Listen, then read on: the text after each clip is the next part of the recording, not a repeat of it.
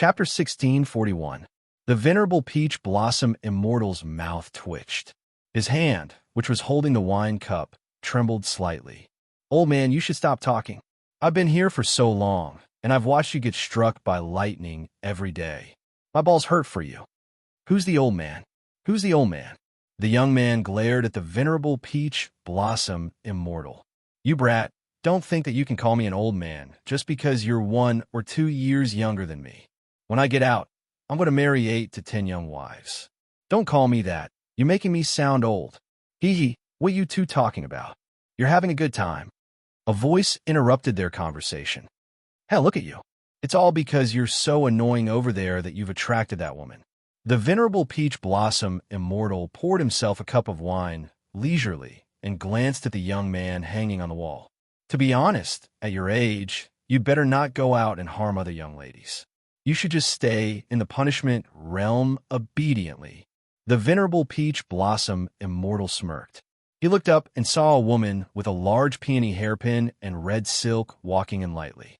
She held a silk handkerchief in front of her face. She took a few steps forward shyly and slowly put down the silk handkerchief that covered her face. She revealed a face that was comparable to a monkey's, but her cheeks were red and her eyes were full of tenderness. She twisted her body and winked at the venerable peach blossom immortal. The wine cup in the venerable peach blossom immortal's hand almost rolled off the bed. He was frightened by this woman. You, brother Majiechen, do my clothes look better than mine? The peony walked half a circle around the bed and gently swayed her red silk dress. She raised her eyebrows and winked at the venerable peach blossom immortal again. Ha ha ha ha! The young man hanging on the wall laughed wildly. Peony fairy, your face is now like a monkey's butt. Ha ha! Do you think it looks good or not? Shut up, Dao Wuji. I'm not talking to you. The peony fairy turned her hand, and a small hammer appeared in her hand. There was a trace of lightning power on it. The young man named Everlasting Blade didn't seem to care at all. He curled his lips and was forced to say something against his will. In truth, peonies and peach blossoms are a perfect match. The peony fairy giggled. Shut up.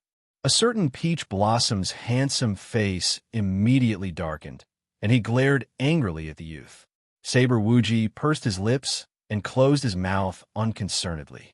Since he failed to break through the tower 10 years ago, he was trapped in the 13th level of the punishment realm by the peony fairy with the spirit locking rope.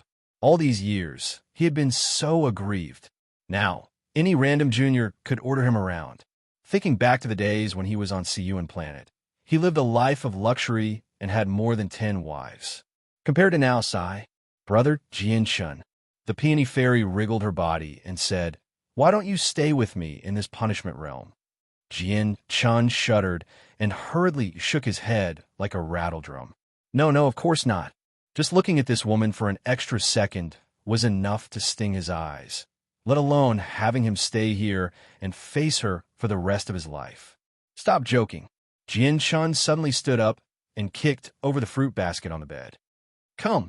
The peony fairy's eyes lit up. I'm coming. Chapter 1642. Therefore, Yuan Shichin did not hesitate to kick the peony fairy, who rushed forward happily. This kick carried a fierce momentum and went straight to the peony fairy's chest. The peony fairy was shocked and hurriedly jumped, dodging Yuan Shichin's sudden kick. Wow! The peony fairy exclaimed, frowning a pair of beautiful eyebrows, and cried discontentedly. Yuan Shichin, you actually recovered. In just a few days, this man had recovered 70% of his cultivation. It should be known that in this punishment zone, the strength of the challenger was suppressed greatly. Although it seemed that Yuan Shichin's cultivation was about the same as hers, in fact, Yuan Shichin's cultivation was at least half suppressed by the punishment tower. Moreover, this was only the 13th floor. Yuan Shichin would continue to challenge the 14th and 15th floors, and the consumption of sacred power would only increase. Moreover, under the suppression of the punishment tower, the recovery of sacred power consumed would be 10 times slower than usual. Therefore, some people were forced to stay on the first floor for a few years, or even more than 10 years, because every time after a challenge failed, the recovery period would be very slow. For example, the saber fool in front of her from 10 years ago to now, he might have challenged no less than 100 times.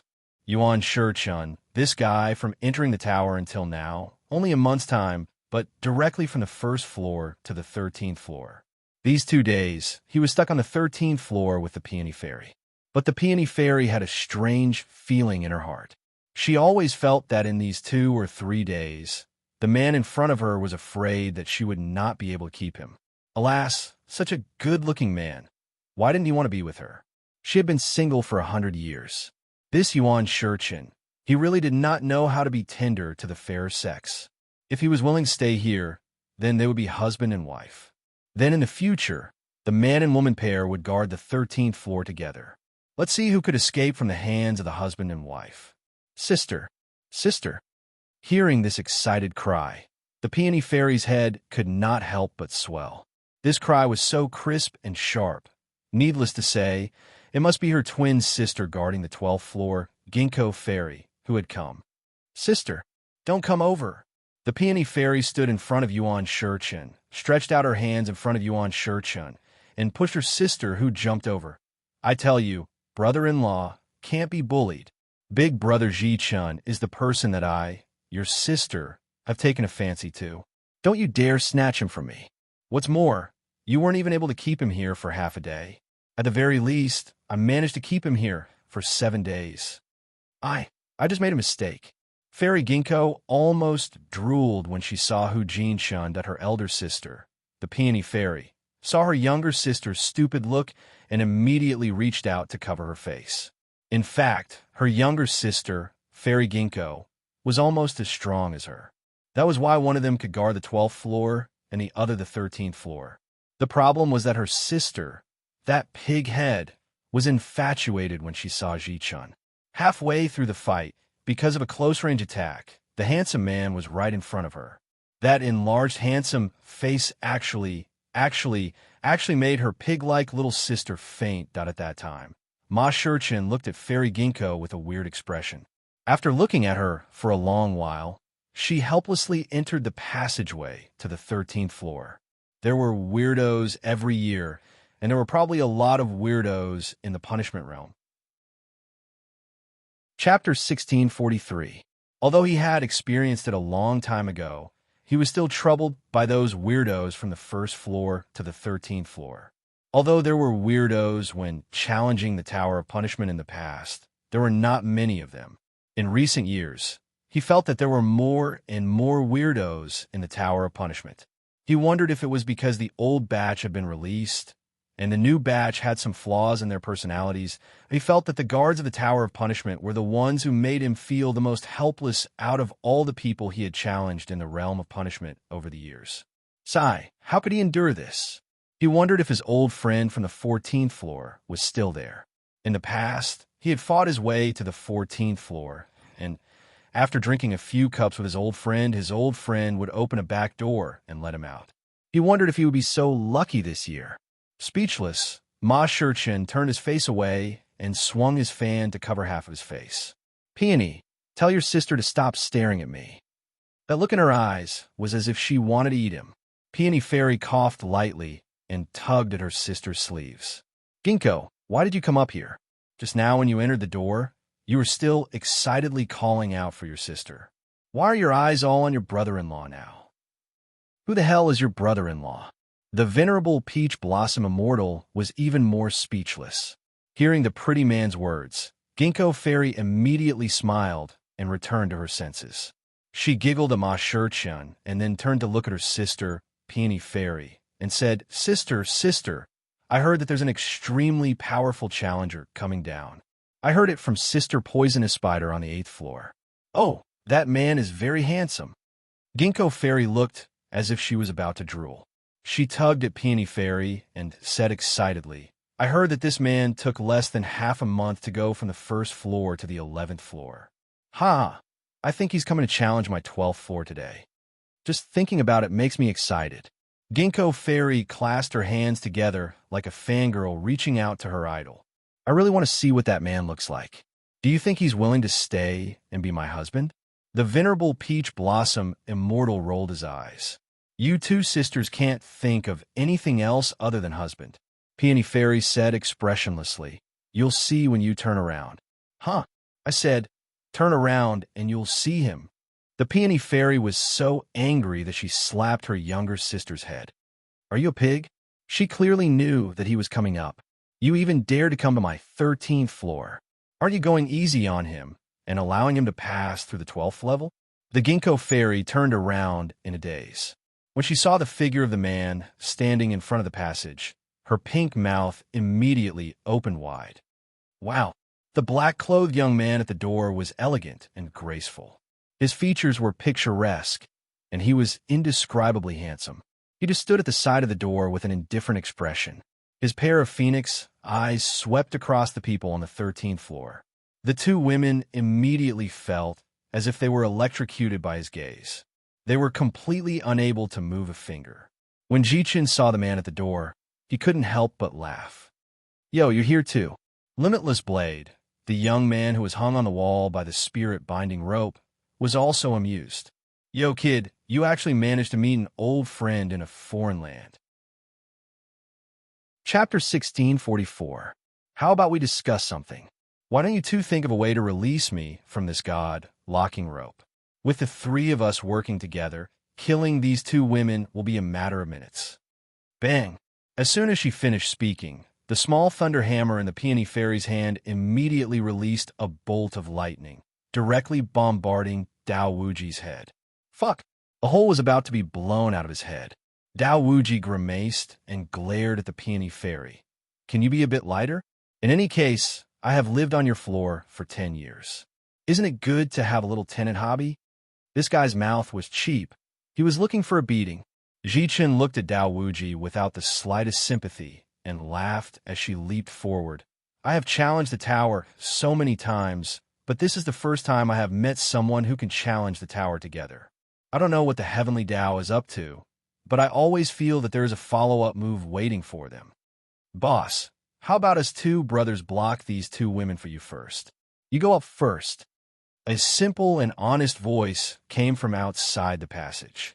Peony and Ginkgo both widened their eyes, looking in astonishment at the pair of brothers who walked into the 13th floor. The pair of brothers' sturdy bodies blocked the entrance, immediately blocking the passage. The tower-like man, with dark skin, looked very similar. They both had wide mouths and sword-like eyebrows, neat short black hair, and a red cloth band tied on each of their foreheads. You two, aren't you the Luo brothers? Weren't these the Luo brothers who guarded the 10th floor of the tower? Ginkgo and Peony were both shocked. The Luo brothers actually called this man boss. The two turned to look at the expressionless man at the same time, unable to conceal a trace of astonishment in their eyes. This man subdued the Luo brothers? However, in front of the man, the words that Sister Ginkgo originally wanted to ask disappeared in an instant. Looking at that handsome face, Fairy Ginkgo immediately threw away her helmet and abandoned her armor. She took a step forward and asked in an extremely strange and soft voice, "Little brother, do you lack a wife?" Jichin on the side couldn't hold back her laughter and burst out laughing. He really doesn't lack a wife. Emolien turned her head and looked at Hu Jinshan with a trace of doubt in her eyes. He thought that it would be impossible for him to meet He Chun in the Tower of Punishment. What was going on this time? The Heavenly Dao actually didn't set up a barrier to separate everyone who challenged the tower from each other. Beauty, do you really not lack a wife? Fairy Ginkgo asked with a look of disappointment. Then are you willing to stay in our Tower of Punishment? What answered her was Emolien abruptly flinging a flame at her. Ichin laughed loudly. Suddenly, he threw a punch at his old rival, the Peony Fairy. Peony, why don't we make a deal? How about you let us out of the tower? I'll let Emolien drink with you for free. It's more appropriate to stay behind and be the husband of the fort. You want to dismiss me, Peony, with just a few drinks? Do you think I'm as stupid as Ginkgo? Peony's expression suddenly turned solemn. The small hammer in her left hand flashed, and a bolt of lightning pounced down, falling straight down on, hanging on a wall on Dao Wuji's body. Dao Wuji was caught off guard this time, and was immediately electrocuted to the point of ecstasy. He couldn't help but curse. Don't you fucking have eyes? Who are you striking? What are you striking your grandpa for? The small lightning hammer in Peony's hand suddenly grew 1/2 meter in the wind. She reached out with her hand and rested the hammer on her shoulder. Chapter 1645. She flashed to the venerable Peach Blossom Immortal's side and hammered his head. The Peony Fairy's lips curled into a wide smile. Our cultivations are about the same, but in this tower of punishment, your cultivation is suppressed to the god realm. Do you think you can fight me for more than 100 moves if I get serious? The venerable Peach Blossom Immortal smiled at her. He stretched out his slender fingers and waved them in front of her. A wooden vine suddenly whipped around the Peony Fairy's arm. I asked you to stay with me, but you didn't want to. Now you're using a wooden vine to wrap around my arm. The Peony Fairy cast a coquettish glance at him. However, her face was now red, and it was quite an eyesore to look at. The venerable Peach Blossom Immortal narrowed his eyes at her. With a flip of his hand, the Peony Fairy suddenly felt the ground beneath her feet sink. When she looked down again, the Peony Fairy could not help but be shocked. It turned out that countless vines had drilled out of the ground at some point in time and were tightly wrapped around her feet. The Peony Fairy struggled hard and realized that she could not break free from the binding power of the wooden vines. The vines on the ground wrapped around her limbs and gradually climbed up. In a short while, the Peony Fairy's entire body was tightly wrapped. It was as if she was wrapped in a wooden cocoon. Her entire body was lifted into the air and hung high on a wooden vine. Don't waste your energy. Seeing that she was still struggling, the venerable Peach Blossom Immortal could not help but say coldly, "These little cuties of mine will continuously absorb the power in your body." As time passed, the wooden vines wrapped around the Peony Fairy would only become stronger and stronger.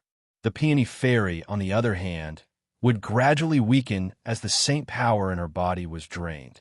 After the venerable Peach Blossom Immortal temporarily fixed the Peony Fairy, he turned to look at Mo Lien on the other side. Mo Lien's speed of action was even faster. While the Peony Fairy was being hung up by Ji Chun, the battle between Mo Lien and Ginkgo had already ended. It was laughable. Halfway through the battle, Ginkgo Fairy held her sword and stared blankly at Prince Mo's approaching figure. On the other side, Prince Mo, who never knew how to be gentle with women, naturally acted according to the situation. He decisively chopped down with his blade and knocked Fairy Ginkgo unconscious. Therefore, there was no suspense in this battle at all, because the opponent was a weirdo who only knew how to look at handsome men. Prince Mo walked forward with a cold expression. Dao Wuji, who was hanging on the wall, hurriedly called out to him, "Hey, little brother, can you help me release this god-locking rope?" Mo Lien turned her head to look at him. The purple flame in her hand suddenly turned into 3 purple knives, which flew toward Dao Wuji's arm. Endless Blade broke out in a cold sweat at his actions. What kind of joke was this? If he was struck by this purple flame, how could his arm be preserved? Bang! Bang! The spirit-binding rope suddenly broke apart. There were still a few purple sparks of fire on it. With a few cracking sounds, the spirit-binding rope broke into pieces and fell to the ground. Dao Wuji let out a long breath, looking at the young man in front of him with a slightly complicated expression. Sigh, the new generation really excels the old. Hu Shurchen alone was enough to deal a blow to him. Now, this young man was even more impressive. Looking back at the Peony Fairy, who was hanging in midair by the wooden vines, Dao Wuji grinned. Let's go to the 14th level. I'll make up for it tomorrow. I'll break it today. Chapter 1646. Put me down, put me down. The Peony Fairy, who had half of her strength absorbed by the wooden vines, was hanging in midair, shaking her delicate body desperately. She shouted angrily, Shurchen, do you think it's appropriate for you to run away and leave me here? It's appropriate. The venerable Peach Blossom Immortal blinked and nodded vigorously. He thought it was very appropriate. Could it be that he had masochistic tendencies? It was not easy to hang this noisy woman up. So how could he go up and let her go now? Stop joking. How could he, Shurchen, do such a thing? Shurchin, Shurchin. Seeing that the man was about to run away without looking back, the peony fairy could not help but panic. Shurchin, and that person? That little fellow. Stop right there. The Luo brothers on the 10th floor, what's wrong with you? The two brothers, who were as tall as iron towers, looked at each other and sympathetically at the peony fairy. Peony, we are friends. Let me give you a piece of advice. Don't look for trouble. Quickly get rid of them. The peony fairy was speechless. Shurchin, do you think you can escape from the 17th floor of the Tower of Punishment just like this?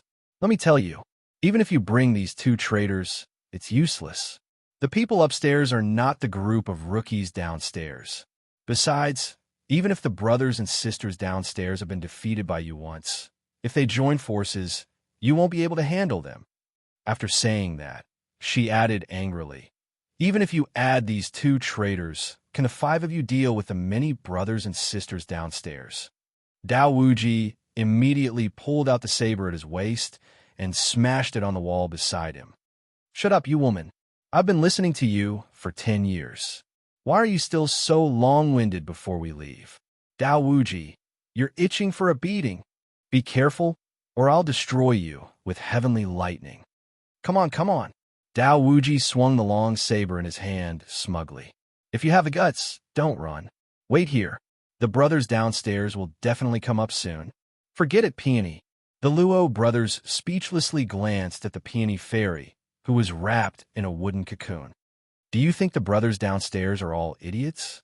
Those who admit defeat all follow my big brother. Those who didn't submit are all dead now. What? The peony fairy was stupefied. What do you mean? We're the poisonous spiders on the 8th floor. 8th floor. The Luo brothers rolled their eyes. The 8th floor has been razed to the ground. What venomous spiders? There's nothing left of venomous spiders. Poisonous spider was killed. The peony fairy was shocked. You two bastards. Venomous spider has been killed by someone. How can you be so indifferent? The Luo brothers looked at each other in confusion. Poisonous spider's mother isn't even our biological mother. What does her death have to do with us brothers? The peony fairy nodded and said, That's true. Everyone was speechless. Are you a fucking joker? I thought you were going to continue scolding me righteously, but who would have thought? He shouldn't pull me down. At most, I won't ask you to be my husband. The venerable peach blossom immortal sneered mockingly. You think you can suppress me with your skills? Okay. He-chun, haven't you been suppressed by me before? Didn't you rest for 7 days before you waited for an opportunity to counterattack? You suppressed me. Chapter 1647. Master Immortal. Strange. Why does this conversation sound so unpleasant to the ear? He kept feeling that something was wrong, especially when he noticed the strange look in Prince Mo's eyes. He couldn't help but glare at him. What are you looking at? Let's go. He-chun grumpily walked toward the passage on the 14th floor and asked, Emolien, since you are here, what about my little girl? Emolien glanced at him grumpily and turned to leave. What do you mean by your little girl? She is mine. Huh? He-chun, are you really not going to let me down? He-chun? Thud. The peony fairy felt the wooden cocoon on her head loosen slightly, and she slid down. Because the wooden vines had absorbed more than half of her saint energy, the peony fairy felt that her head was heavy and her feet were light. She almost tripped and fell to the ground. When she looked up, she saw that they had entered the passage. The peony fairy couldn't help but snort and say sarcastically, The little Tai Sui on the 14th floor is not easy to deal with. You guys have to be careful. His earth spirit bonding technique has already reached the peak of perfection. Even I am not his opponent. Wuji Dao pursed his lips. Damn, this old woman is really a strange person. But without her advice, it is just a little Tai Sui. Do you think the 5 of us can't kill it? Emolien and He-chun both ignored this dunce. After they reached the 14th floor, they didn't feel anything wrong. In the middle of the empty floor, they could see the end of it. There was no one. Don't tell me that little Tai Sui is hiding after seeing that there are so many of us. Dao Wuji laughed heartily. Emolien, He-chun, and the Luo brothers all ignored him. Wuji Dao wanted to walk toward the center of the tower, but he found that he couldn't lift his feet. Looking down, He couldn't help but be shocked. My leg. My legs are gone. Hichin didn't want to talk to this idiot. What legs? Aren't your legs here? However, he was entangled by a layer of soft mud, and his legs sank into the thick layer of soft mud. As soon as they entered the 14th level, little Tai Sui launched an earth spirit attack at them. Yuan Shichan snorted, and an emerald green seedling suddenly drilled out of the soil. At first, it was just a thin and weak seedling, but then, as if it had eaten a growth stimulant, it began to sprout branches and leaves, and gradually grew stronger. Not long after, a towering tree grew in the center of the tower. Several branches of the big tree spread out and wrapped around the waist of Hichin, Imo Yin, and the others. With just a light lift, the 5 of them were lifted up at the same time, and their feet left the shackles of the soil. Taste my stone rain. A childish voice suddenly came out from the corner. All of a sudden, everyone felt a dark cloud pressing down on them. When they looked up, they saw a round of boulders being released like a violent storm. Imo Yin, Hichin, the Luo brothers, and Wuji Dao all released their own defensive enchantments at the same time to block this stone rain. Wuji Dao used his holy power to protect his body, and he couldn't help but curse. Holy fuck, where did this perverted brat come from? What kind of hero is he to hide his head and show his tail? Come out if you have guts. Flaunting your seniority, go die. The childish voice suddenly sounded in Wuji Dao's ears. Wuji Dao only felt that the stone rain above his head was becoming denser and denser. Chapter 1648. In this round of attacks, the defensive barrier was clearly weakened by several points, causing his expression to change slightly. Break! After a child's voice, the dense stone rain fell on Dao Wuji one after another. Dao Wuji was caught off guard and took the full brunt of the stone rain. He immediately spat out a mouthful of blood, and the defensive barrier on his body was suddenly torn apart by the power of the little Tai Sui. His entire body was like a sparrow hawk that had its string cut. He was swept away by a surge of power and fell heavily to the ground. CK. The unlucky Dao Wuji spat out another mouthful of blood, and his aura suddenly withered. One had to know that this old guy was also a very unlucky person. He had been locked in this tower of punishment for at least 10 years. Ever since he reached the 13th floor, he was detained by the Peony Fairy, so he never knew that the little Tai Sui on the 14th floor was actually such a terrifying figure. Cough, cough, cough. Dao Wuji was also a tough guy. Although he was beaten to the ground, his spirit did not collapse. Raising a thumb, Dao Wuji gestured toward an unknown corner. The guardian of the 14th floor is really powerful. This old man is convinced. If you're convinced, then get the hell out of here immediately. The child's voice carried a trace of incongruous coldness. And you 2 traitors, leave your lives here today. The rain of stones accumulated power in the air for a moment, then suddenly turned around and headed straight for the Luo brothers' heads. You're courting death. Imo Yin sneered and waved her hand, and an ink-colored lotus flower floated out with a snap of her fingers. It crashed into the stone rain, causing a violent tremor. Imo Yin pulled out the Raven Moon sword with her left hand, and a few sword shadows appeared in the air, directly tearing apart the stone rain above her head and wantonly rampaging through it. Hichin looked up, and his eyes couldn't help but darken a little. Yet she saw Crown Prince Imo draw the word death in the rain of stones like a swimming dragon with his sword. The sword chi surged, expanded, and suddenly exploded again. The force of the shock wave once again threw the passerby Dao Wuji, who was lying on the ground to watch the show. He rolled to the corner of the wall, and this time he really couldn't get up. Innocent. Dao Wuji wanted to cry tears of sympathy for himself. Every time the Almighty fought, the one who suffered was always a small fry like him. The stone rain dispersed, and the child's voice was silent for a while. Suddenly, he said coldly, "Boy, you're quite powerful. However, if you want to break through this level of mine, just this bit of ability is far from enough." The child's voice became cold again. As the voice fell, a small figure drilled out from the wall. A pair of cold silver eyes looked indifferently at the people on the floor, as if staring at a few dead people. I am your little Tai Sui. Hu Shichun was speechless. The child's lips were red and his teeth were white. He looked like a golden child. Perhaps it was because he had been locked in the pagoda for a long time, but his complexion was extremely pale and abnormal. The heavenly Tao is too shameless.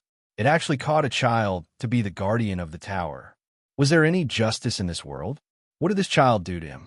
The heavenly Tao was actually such a heavenly Tao? Sigh, what a disappointment. Little fellow, how many years have you been guarding the 14th floor by yourself? Why don't we go out together? Chapter 1649. Nonsense, the childlike voice rebuked angrily. Little Tai Sui's expression was cold, and his eyes were as cold as ice. He stared deeply at Ma Shichun. Do you know how old I am? How dare you call me a little guy? Do you want to die? How old are you? Ma Shichun asked curiously. By the way, do you know where the guardian of the 14th level, Dunjun, went? Oh, you're the boyfriend that Dunjun was willing to betray the heavenly Tao to protect. Ma Shichun. Master Ma Shichun, that's strange. Why does it feel like something's not right? Do you want to know where he is? Little Tai Sui suddenly smiled at Ma Shichun. However, it was better not to smile like that. That fake smile that tugged at the corners of his mouth really made people shudder. Little Tai Sui suddenly flipped his hand, and a transparent earth-type cage appeared in his palm.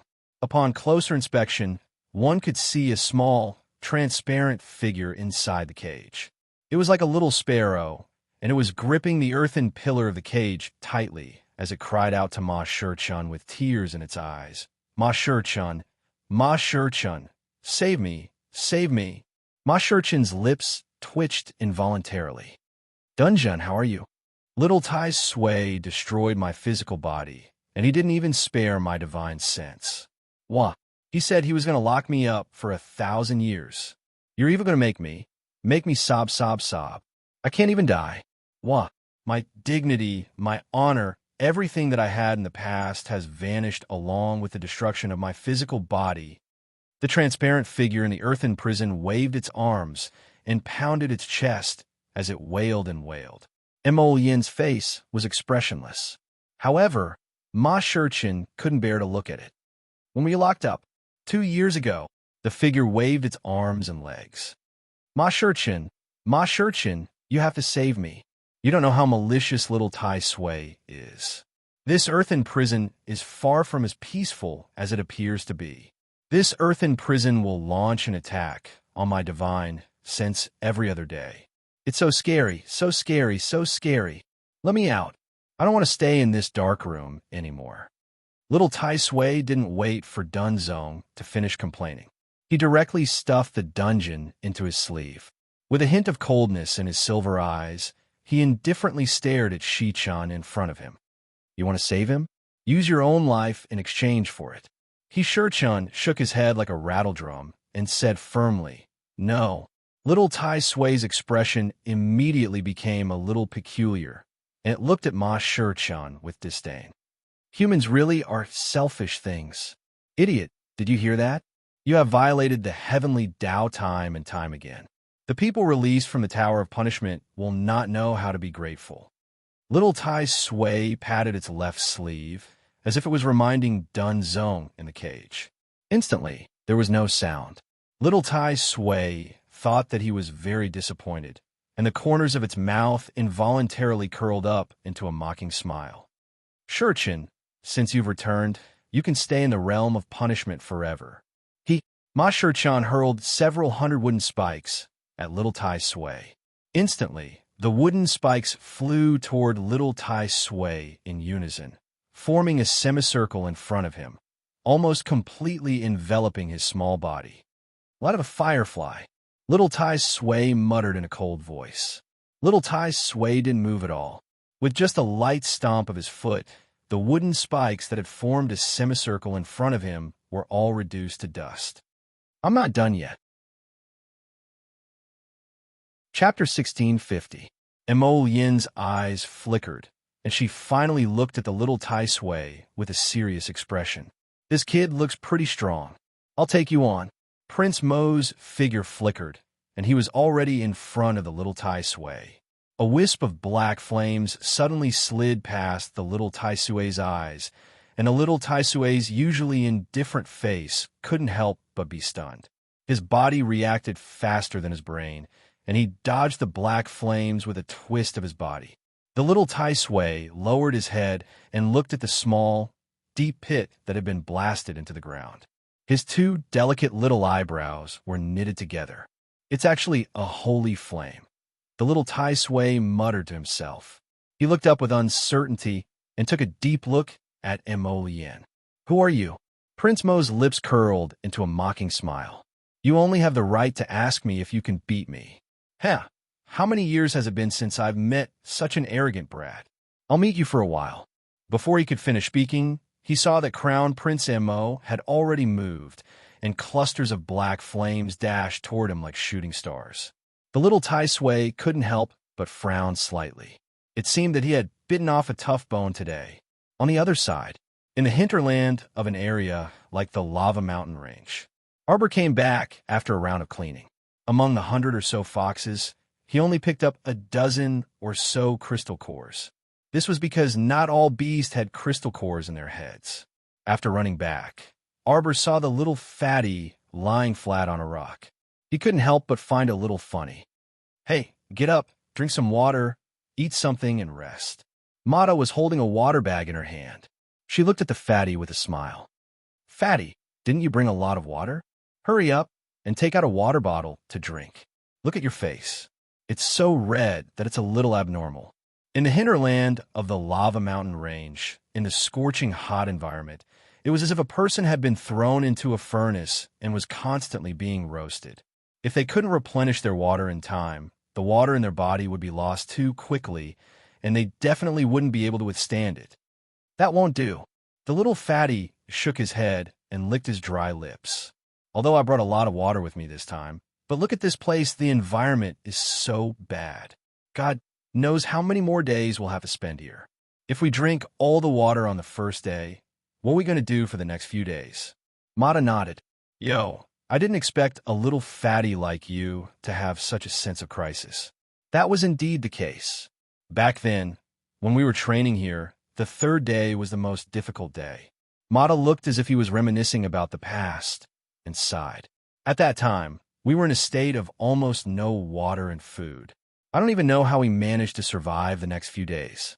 When the little fatty heard this, he quickly sat up and asked, Senior Brother Mata, what happened after that? How did you persevere? Mata shrugged and said with a smile, Yes, with willpower. Persevere with your own willpower. Sometimes, when we think we're reaching our limit, we can't help ourselves. Actually, we can still continue to persevere. Hearing this, Xin scoffed. Oh, in a state of no water and no food, you can still persevere for 3 to 4 days? It was still okay if there was no food, but in such a scorching environment, without water, it was really not a place for people to stay. If they really reached the point of no water, in such a furnace-like mountain, the consumption of their body would be even greater. Chapter 1651. Especially the last 2 days, it would be even more unbearable. How could the human body endure it then? How could one endure it? This was an impossible thing. Unless one's body was so tough that they had shed their mortal bones and entered the mystic skeleton stage. Otherwise, a normal person's body would not be able to endure such a test. This was not an ordinary environment where cultivators could go without food or water for 8 to 10 days. As long as they entered a sealed cultivation environment, they would be able to endure hunger. Now that they were in such a hot environment, the consumption of their physical strength would increase exponentially. Mata could not help but smile and winked at Xin. All right. Originally, I wanted to show off in front of you all, but unexpectedly, you saw through me. Actually, at that time, I secretly hid a small flask of water. It was because of that small flask of water that I managed to endure until the end. Every time I looked at that small flask of water, it was as if I was hinting to myself that I had already drunk the water. I had already drunk it. Then I do not know why, but I managed to endure it. Mata smiled bitterly. You don't say. Ever since I went through this lava mountain range trial, I treasured every drop of water. At that time, I did not know how I managed to endure it. Every time I opened the flask, I would only touch my lips and drink 1 or 2 drops each time. Thinking of those bitter days, Mata felt that he had no hope in life at that time. Hearing this senior brother's bitter experience, everyone could not help but look at him sympathetically. Mata noticed the gazes of his junior sisters, and could not help but touch his nose awkwardly. So this time, before entering the lava mountain range, I did not need teacher's reminder at all. I took out all the water stored in my inner world. Mata took off his outer clothes, revealing the flask hanging on his waist, which was even more than the little fatty's. Everyone could not help but twitch their mouths. You are really well prepared. Qi Xianxian was speechless. Hee. Mata smiled. Of course. Don't tell me that water is our life in the lava mountain range. Starving for 2 days is not a problem for people of our realm. However, the lack of water is really uncomfortable. Arbor looked at them speechlessly and said to the little fatty, Drink, don't die of thirst. Little fatty shook his head vigorously. No, I can't drink it. It was only the first day, and he had been here for less than 4 hours. I'll hold on. Arbor, actually, you don't have to be so frugal. Don't worry. Drink if you want. Don't choke yourself. Arbor said. Qi Xianxian nodded and said, We'll cross that bridge when we get there. Maybe we can complete the mission in 2 or 3 days. Everyone looked at Qi Xianxian with a you must be dreaming expression. Qi Xianxian rubbed her nose and said, I agree with Jojo. After drinking, eating, and recuperating, we'll be on our way. As long as I can kill 10 second-grade spirit beasts as soon as possible, wouldn't I be able to complete my task? Then, we will be able to summon our teacher and bring us back. Little Fatty thought about it and agreed. If he didn't drink the water here, he would be the one suffering. If he really became dehydrated, he might even implicate his teammates. Little Fatty thought for a while, took out his flask, and gulped down half of the water in one go. Then, he sighed and looked at Arbor. Sigh, after drinking the water, I feel even hungrier. Arbor looked at him expressionlessly. Didn't you bring a few steamed buns? Chapter 1652. Just eat 2. Arbor said with a speechless expression. When they set off, they wanted to carry as much water as possible, so they took relatively less food. The little fatty took out a bag of plain white steamed buns without any fillings from his bag, and took out 2 of them. He handed one to Arbor and Qi Xianxian, and he actually planned to split the other one into 3 portions to share with Duanmu Qing and Mata. Arbor was speechless. Why did he feel like he couldn't bear to look at this? Such a small bun was only the size of a palm. It was barely enough for 2 girls, let alone 3 men. Arbor was speechless. However, she didn't want to take out the food and water from Paradise Planet for the time being. After all, they were here to train in the lava mountain range, not for a vacation. Unless there was no other choice, it was better to persevere and train their willpower, like what Mata said. Little Fatty held a third of the bun and ate it with relish. Arbor had originally wanted to secretly replenish their food, but he gave up on that idea for the time being. Little Fatty was so stingy that he even wanted to share a bun with 3 people.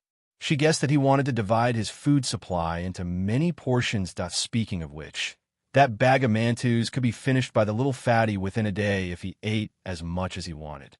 But now, he wanted to rely on his pitiful rations to hold out for 7 days.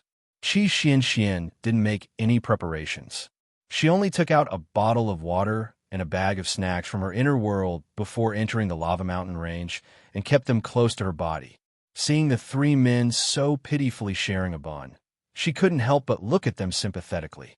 She tilted her head and thought for a while.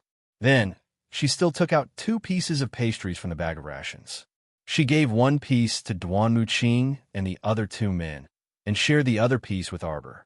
Arbor looked at Little Fatty and Qi Xianxian. They were so stingy that he couldn't say anything else. The 5 of them rested for a while.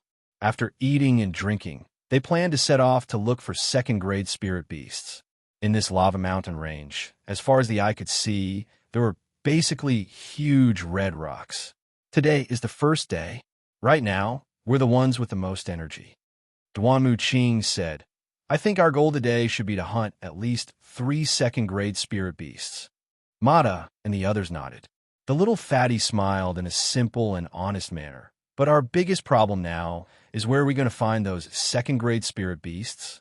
If we just wander aimlessly in the lava mountain range, the first thing we will exhaust is our own physical strength. Arbor blinked, coughed lightly, and said, Actually, I have a way to solve this once and for all. However, although the method was good, the actual process was a little dangerous. Are you willing to take the risk? Duanmu Qing was stunned. He turned to look at Arbor and couldn't help but ask, What idea do you have?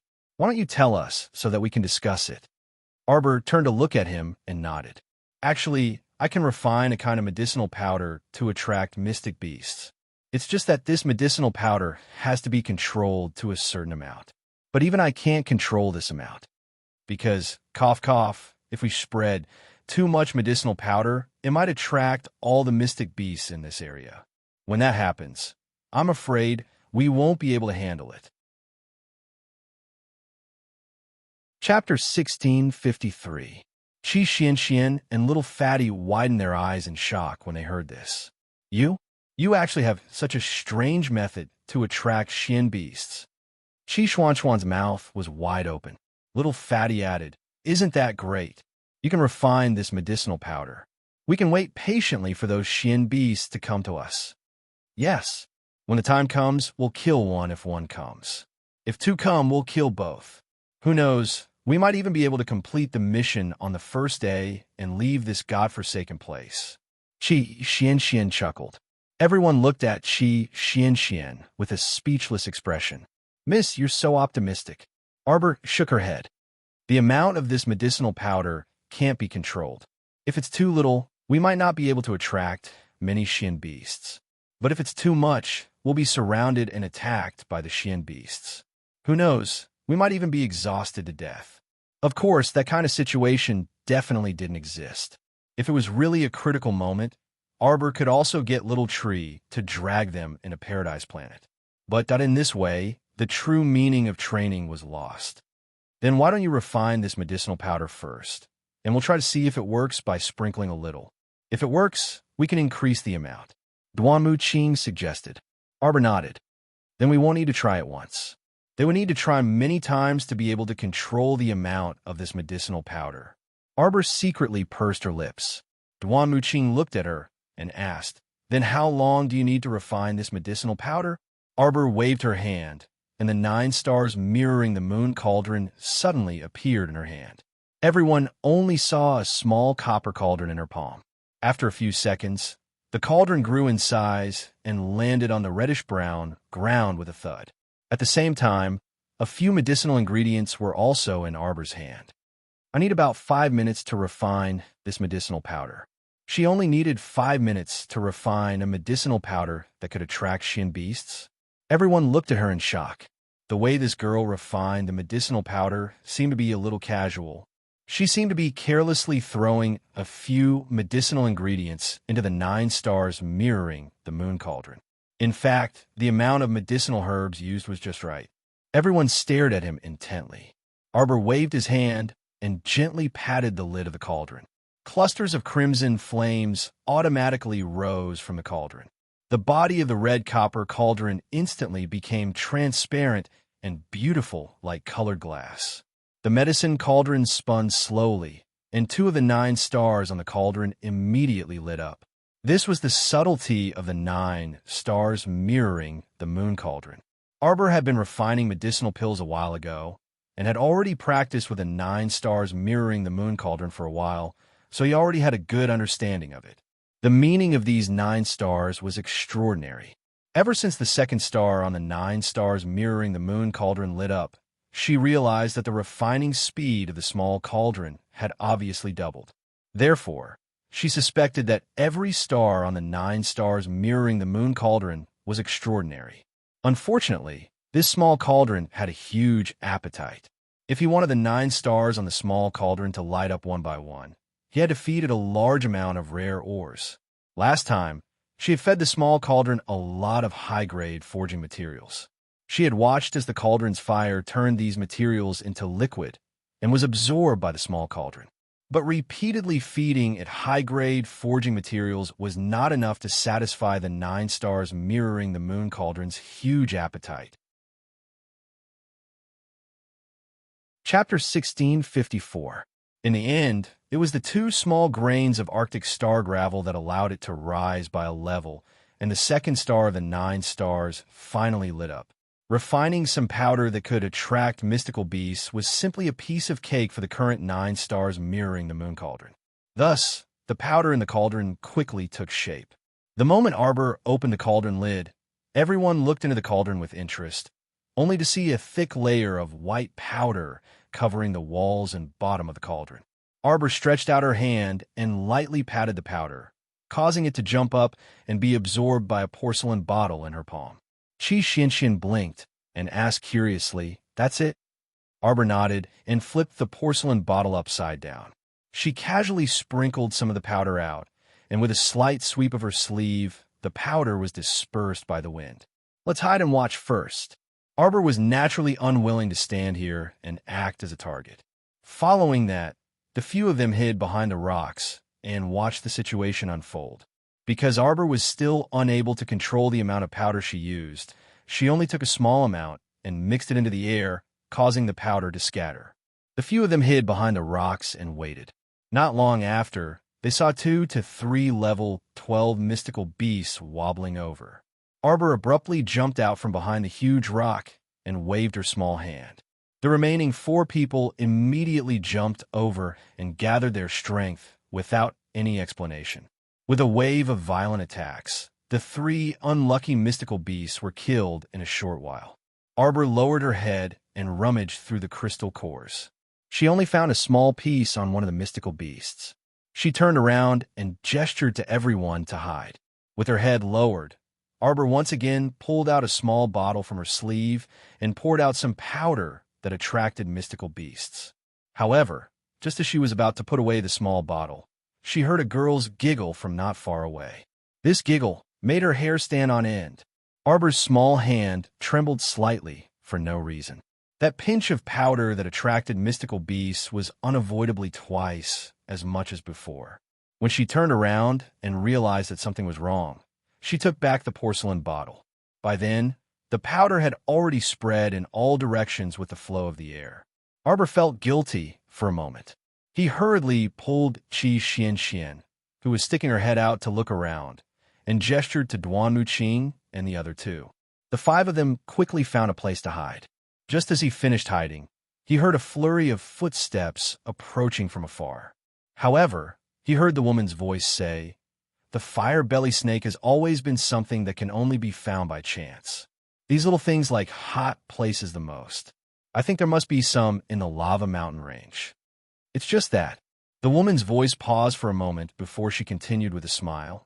The fire-belly snake moves very quickly, and its body is very short and agile. I'm afraid it will be very difficult to catch it alive. The mission given by Fairy Yellow Crane this time is to obtain 3 live fire vipers. A cold voice interrupted the woman's words. Otherwise, the mission will be considered a failure. Fairy has no obligation to pay half a spirit coin. The young woman, who was surrounded by everyone like a moon surrounded by a myriad of stars, looked to be about 27 or 28 years old. She was born with a charming appearance. This was Fairy Yellow Crane, who is equally famous as the beautiful fairy from the Palace of Coldblood. She was one of the 5 most capable subordinates of Shantian Prefecture's current prefecture lord. Chapter 1655. Lava Mountain Range was an open forest. If someone wanted to enter to search for snake gall and medicinal herbs, it was possible. This time, Fairy Yellow Crane had issued a mission to search for fire vipers. The snake gall of fire vipers was an important component in refining fire spirit pills. Fairy Yellow Crane's objective was self-evident. She was an extremely famous pill refiner in Shantian Prefecture. She wanted to refine a black-grade fire spirit pill that could raise fire spirit energy. However, It was a pity that their team had been roaming around the lava mountains for 3 to 5 days without seeing any signs of the fire vipers. On the other hand, they were running out of water and rations. Fairy Yellow Crane looked at the 10 overexhausted team members and frowned slightly. Why don't we discuss this? Next, should we leave Lava Mountain Range first and go to the nearby village to replenish our supplies, or continue searching here until we complete the mission? A female team member in the team immediately raised her hand and said, I feel that we should leave and rest first. Otherwise, if we forcefully stay in this Lava Mountain Range, not to mention not finding any fire vipers, even our own lives are about to be exhausted. Fairy Yellow Crane was stunned for a while when she heard that. Then she sighed and nodded. All right then, let's leave Lava Mountain Range first. Fire vipers? Suddenly, a male team member pointed at a small red snake that had squeezed out from a crack in the rock and suddenly exclaimed, speaking of fire vipers would appear. Previously, they were still worried that after wandering around the Lava Mountain Range for so long, they hadn't seen anything like the fire viper, which was originally very common. Perhaps there really weren't any fire vipers in this mountain range? Who would have thought that, just as they were talking, without any warning, a fire viper would slip out from a crack in the rock? This was really finding something by chance after wearing out iron shoes in a fruitless search. 1, 2, 3. When she saw over 100 fire vipers twisting their way over, Fairy Yellow Crane's originally happy face turned black. Don't let these fire vipers surround us. Prepare for battle. Prepare for battle. Another person shouted loudly, and his face instantly changed. What kind of joke was this? If they were surrounded by these fire-venomous snakes, no matter how many people there were, they wouldn't be able to survive. Although these fire-venomous snakes were commonly seen, they were extremely difficult to deal with when grouped together.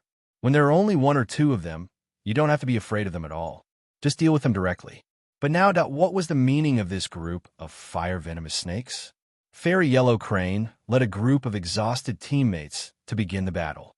Arbor and the others hid behind the boulder and watched the battle between the unlucky bastards and the snakes from afar. Fairy Yellow Crane summoned a palm-sized fireball and threw it at the group of snakes. Immediately, more than 10 fire vipers crawling on the ground were wiped out. Barely resisting the urge to vomit, Fairy Yellow Crane frowned and said, Everyone, work harder. We can't fail miserably at such an easy task. Once we finish off this batch of fire-venomous snakes, as long as we can get 3 gallbladders, our mission will be considered complete. This time, I will give everyone some appropriate compensation. Fairy Yellow Crane's words once again aroused the enthusiasm of the crowd.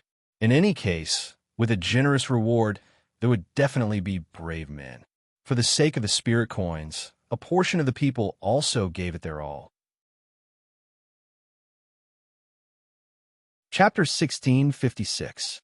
Little Fatty and Chi Xian squatted by Arbor's side, looking at the group that was fighting intensely with the snake horde. They lowered their voices and asked, Jojo, when are these snakes going to retreat? They're not spirit beasts either. They're not what we're going to deal with. Arbor looked at the fierce battle in the distance expressionlessly. How would I know? This kind of medicinal powder that attracted mystic beasts could stay in the air for at least 1 to 4 hours. Humans would not be able to smell it, but if beasts smelled it, they would naturally rush over. It seemed that her little hand had trembled just now, and she had scattered too much medicinal powder. However, this was something that could not be helped. She could not get it back, even if she scattered it too much.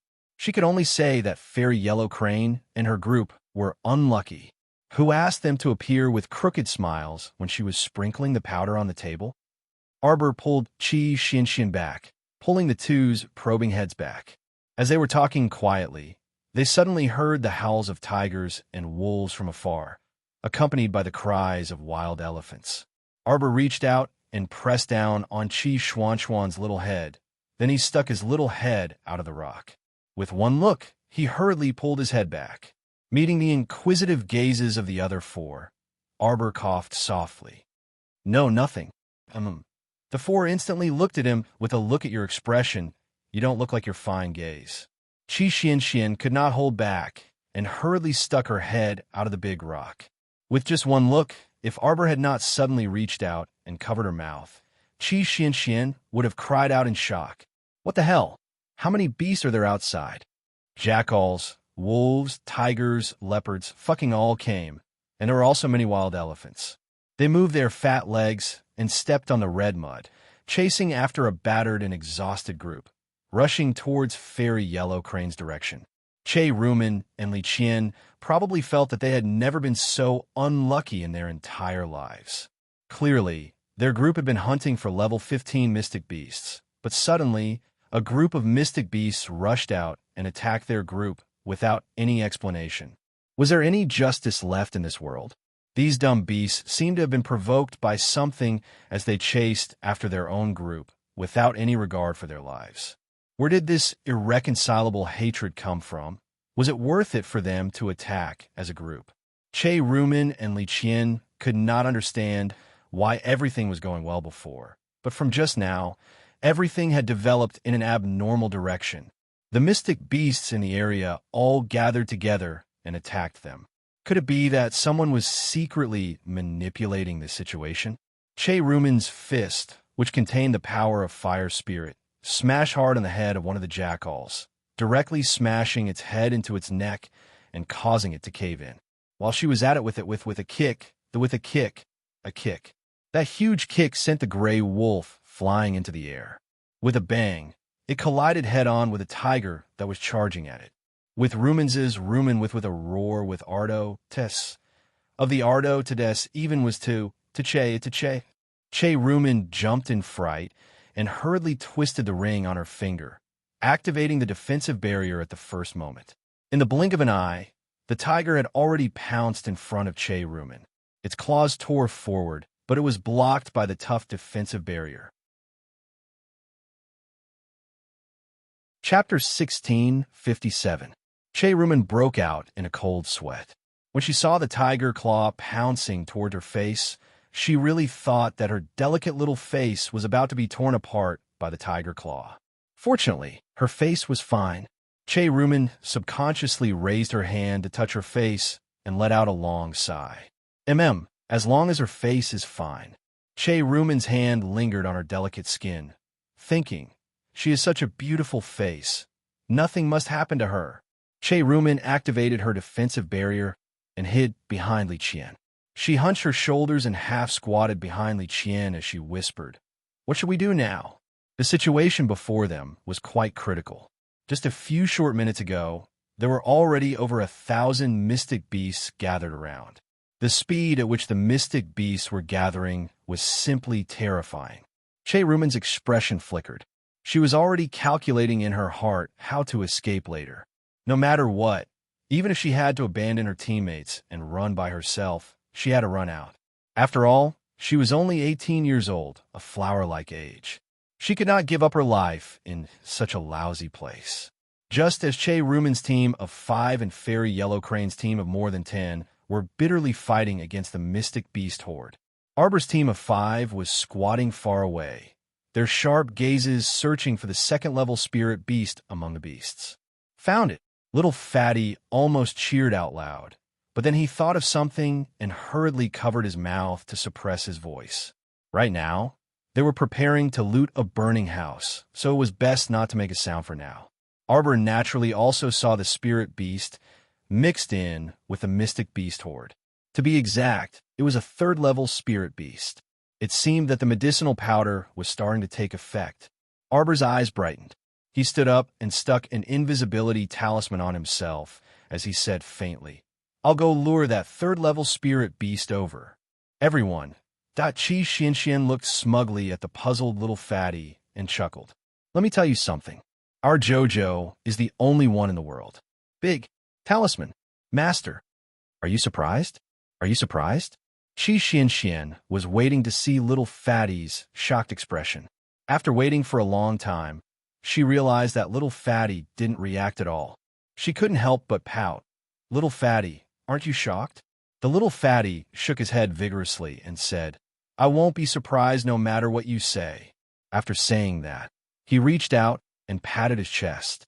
If you tell me now that Jojo can actually go to heaven, I'll believe you too. When Qi Xianxian heard this, the corners of her mouth involuntarily twitched.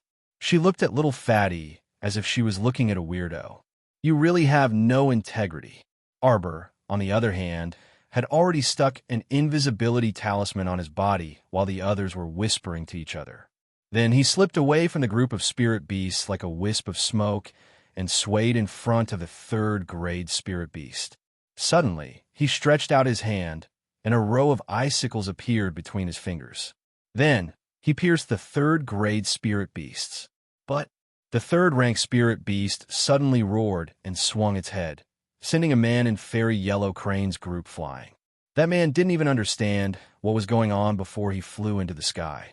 The third-grade spirit beast rampaged through the group of spirit beasts, chasing after the familiar aura that had pierced its butt. Arbor led this big fellow around the group of spirit beasts and ran in front of Duanmu Qing and the others. Hurry up and do it! Wake up and catch up on the latest chapter. Chapter 1658. There was no need for Arbor to say anything. The four of them joined forces and attacked together. How could they talk about the rules of the pugilistic world with this third-level spirit beast? They would just beat it up as a group. Ko Honwen's level 8 earth spirit erupted and built a sturdy earth prison around the spirit beast. At the same time, Qi Xianxian waved her small hand, and a bolt of spirit lightning landed on the third-level spirit beast's head. Duanmu Qing and Mata, who were at the side, each attacked with their swords. In less than a minute, they finished off the third-level spirit beast. Arbor bent down and dug out the crystal core from the third-level spirit beast's head. Unlike the red crystal core, this third-level spirit beast crystal core was pure silver. Although it was small in the palm of his hand, he could feel a strong sense of spiritual pressure coming from it. Arbor put the third-level spirit beast crystal core into his waist pouch and took out an empty storage talisman to put the third-level spirit beast's corpse inside. Little Fatty looked at her in shock. Jojo? You. Oh, this is a storage talisman. It can store the spirit beast's corpse to prove that we killed 10 spirit beasts. Kiki is. We can prove it by handing over the spirit beast's crystal core. Little Fatty's words were stopped by Qi Xuanxuan's glare. Are you an idiot? Qi Xianxian rudely poked Fatty's head with her finger. It's not like every spirit beast has a crystal core in their head. The instructor told us to kill 10 spirit beasts. What if none of your 10 spirit beasts have a crystal core? How are you going to prove it? You can't be thinking of dragging the 10 spirit beast corpses to the instructor, right? Arbor said expressionlessly. Right. He didn't seem to want to ask this question just now. Little Fatty was distracted by Qi Xianxian and Arbor's words and forgot to ask about Arbor's storage talisman. Mata glanced at Little Fatty in amusement and reminded him, Storage talisman. No. All right, storage talisman. The Little Fatty stammered, This storage talisman, you don't need to use your profound sense to open it. Then, on your body, shui, food. The Little Fatty stuttered so much that his words were almost out of tune. Suddenly, he felt that Jojo was a bit of a scam. What should he do? Since Jojo had an advanced item like the storage talisman on him, how could he lack water and food? Then why did they split a steamed bun among the three of them? Arbor turned his head and looked at the Little Fatty carefully. He shook his head and said, We're here to train. It's better to feel hungry. Do you know anything about training? It's not like I'm asking you to go on a sightseeing tour. Qi Xianxian retorted. Be a little hungry and don't rely on the storage talisman. Most importantly, he couldn't cheat, right? Mata looked away. He could not bear to see the Little Fatty's silly look after being scolded. That? Is there anything to eat in the storage talisman? Little Fatty asked with a blank expression. Do you want some donghua? Little Fatty nodded his head like he was pounding garlic. Yes, of course he wanted it. What a joke. Just now, he ate 1/3 of the white steamed bun and 1/3 of the pastries. He wasn't full at all. Arbor thought for a moment and took out 10 donghua from the storage talisman. He gave 2 to each of them and said sternly, Don't let that troublesome instructor find out. Everyone nodded obediently. If you're hungry in the future, You can roast that third-level spirit beast. Chapter 1659. Xiaomo had already thought it through. From the looks of it, that level 3 spirit beast just now was quite big. Although the spiritual beast meat was hard to eat, it was still something that was self-reliant. The main thing was that Wei Wei was always against them. If he were to find out about the storage talisman, he might accuse them of cheating and disqualify them from entering the academy. Arbor didn't really care if he could enter the academy or not. But looking at Qi Xuanxuan's expectant expression, he didn't want to disappoint her. If they ate spiritual beast meat, even if that troublesome teacher found out, he wouldn't have any reason to say anything. Anyway, the spiritual beast was their prey, so what if they ate half of it? The remaining 4 looked at each other silently. Every cultivator knew that the spiritual beast meat wasn't tasty, and unless they had no other choice, no cultivator would eat that kind of old meat. Qi Xianxian and Little Fatty chewed on the winter fruit in their hands and felt that it was crispy, fragrant, and juicy. It couldn't be any better. The Little Fatty even finished off the 2 winter fruits in one go. He looked at Xiao Xiao ruefully and lamented, "Xiao Xiao, why do I feel that your winter fruits taste so much better than those that you can buy outside?" And then I think so too. Winter fruits were sold everywhere. Although the market price of winter fruits was much higher than before, as long as one had profound currency in spirit coins, they could buy winter fruits.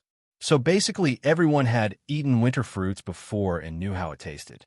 Compared to ordinary fruits, a fist-sized winter fruit had a soft texture, and most importantly, it didn't have any moisture. It wasn't like the 2 that they ate. Arbor turned his head and saw that Qi Xianxian had finished 2 winter fruits and couldn't help but raise his brows. Since when did a fruit like winter fruit from a street stall taste so good? Seeing these 2 people's eager looks, Xiao Mu sighed and simply stuffed the 2 winter fruits in her pocket into the Little Fatty and Qi Xuanxuan's hands. "Leave this place, and I'll treat you 2 to your fill.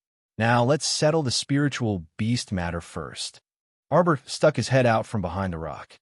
After taking a glance, he immediately retracted his head and looked at Little Fatty and Qi Xianxian with a strange expression. "What's wrong?" they asked in unison. Another 4 or 5 teams have come from that side. The Xian beasts have surrounded them. Qi Xianxian and Little Fatty hurriedly stuck their heads out to take a look. When they saw what was happening, their jaws almost dropped to the ground.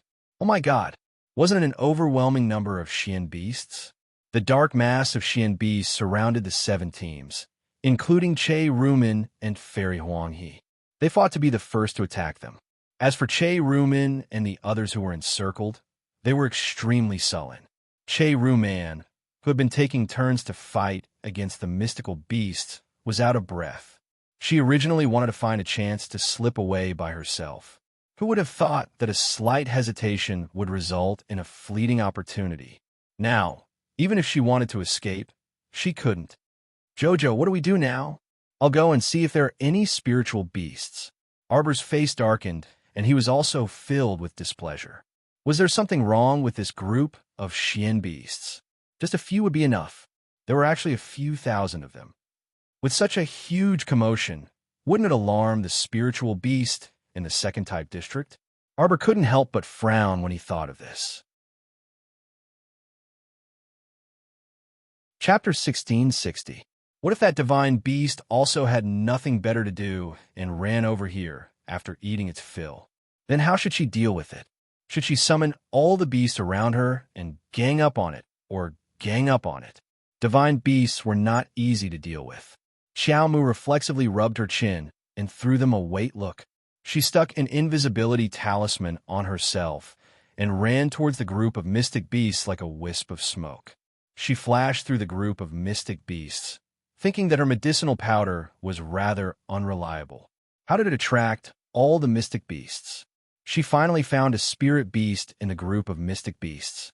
That spirit beast was tilting its head, and its hairy face was full of vigilance. Its pair of small eyes rolled around, looking back and forth, as if it sensed the aura of some approaching danger. Arbor hurriedly squeezed her way over and imitated it, planning to give its but a good smack. Suddenly, that spirit beast roared angrily at where she was hiding. Immediately, more than a dozen mystic beasts slapped at her head with their claws.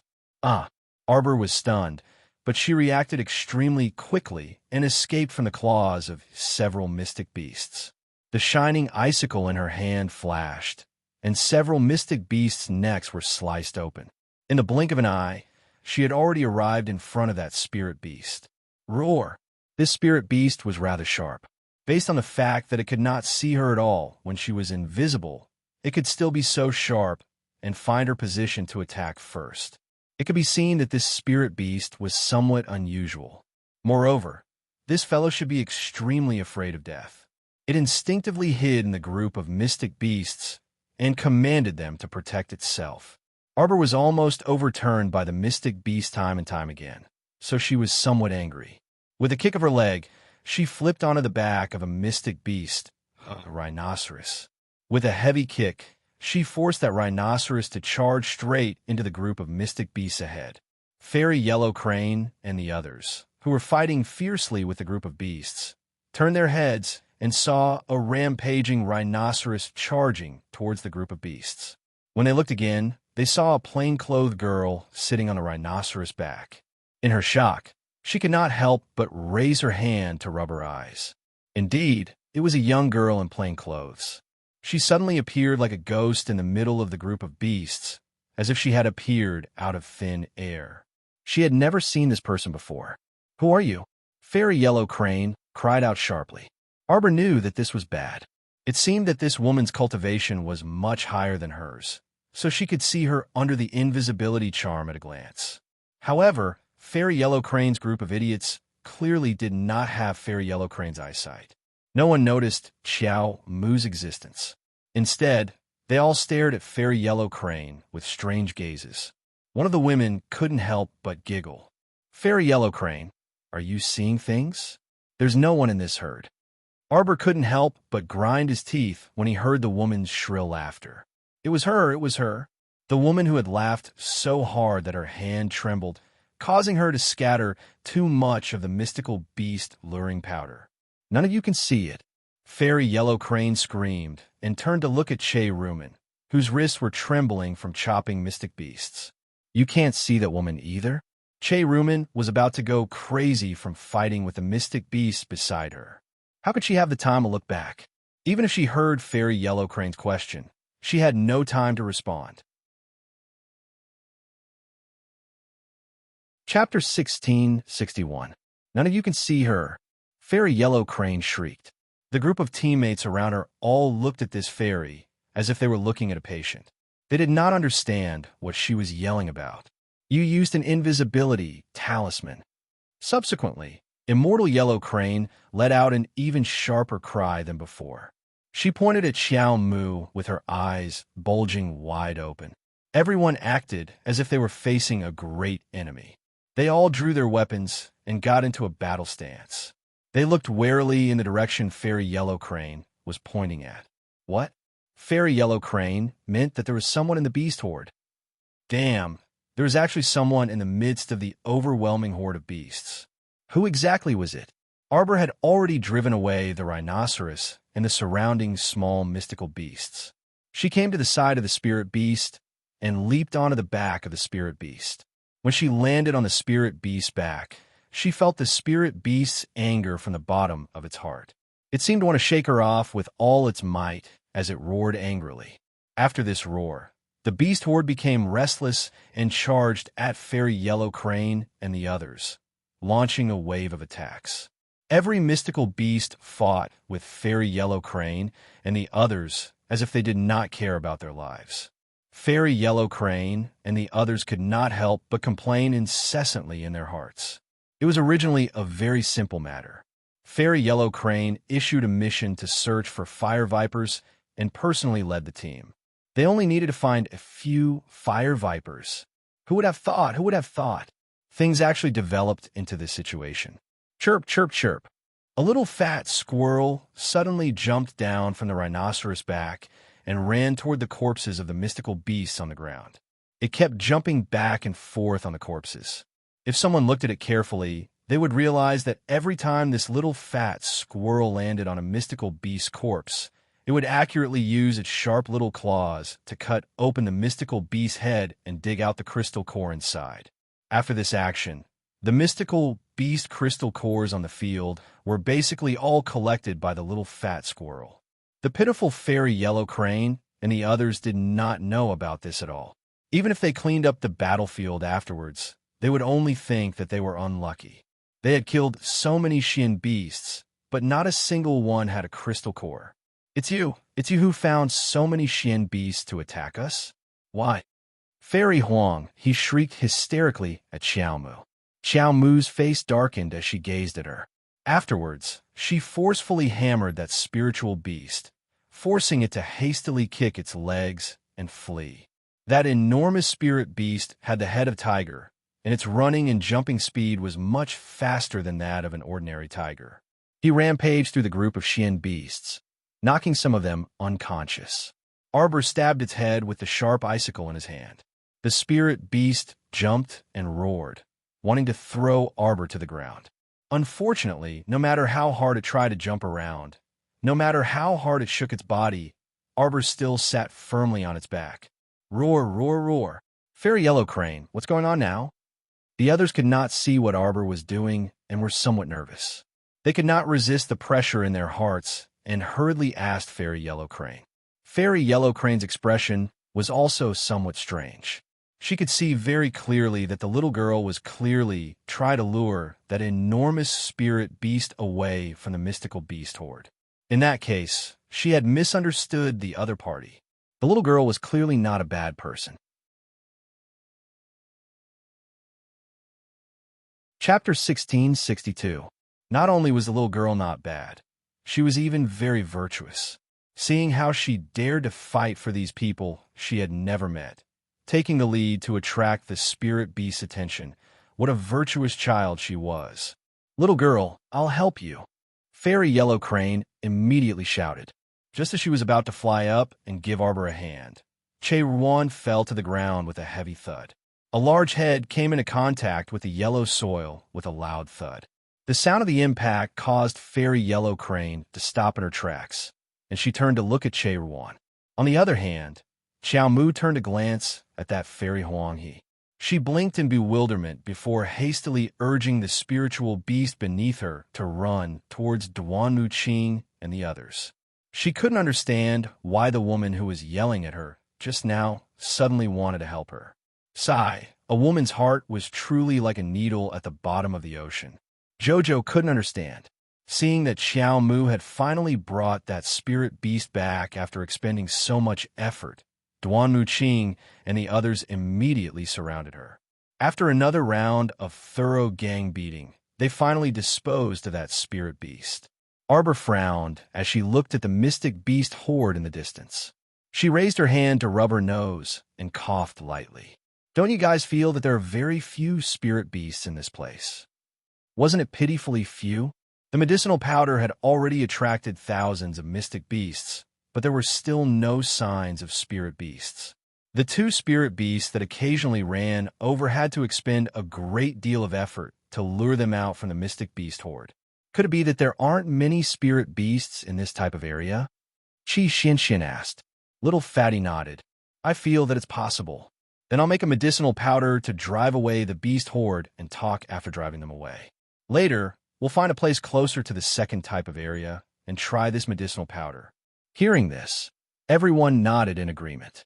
Arbor then summoned the 9 stars mirroring the moon cauldron from her conscience and placed it on the ground, beginning to refine the medicinal powder to drive away the mystic beasts.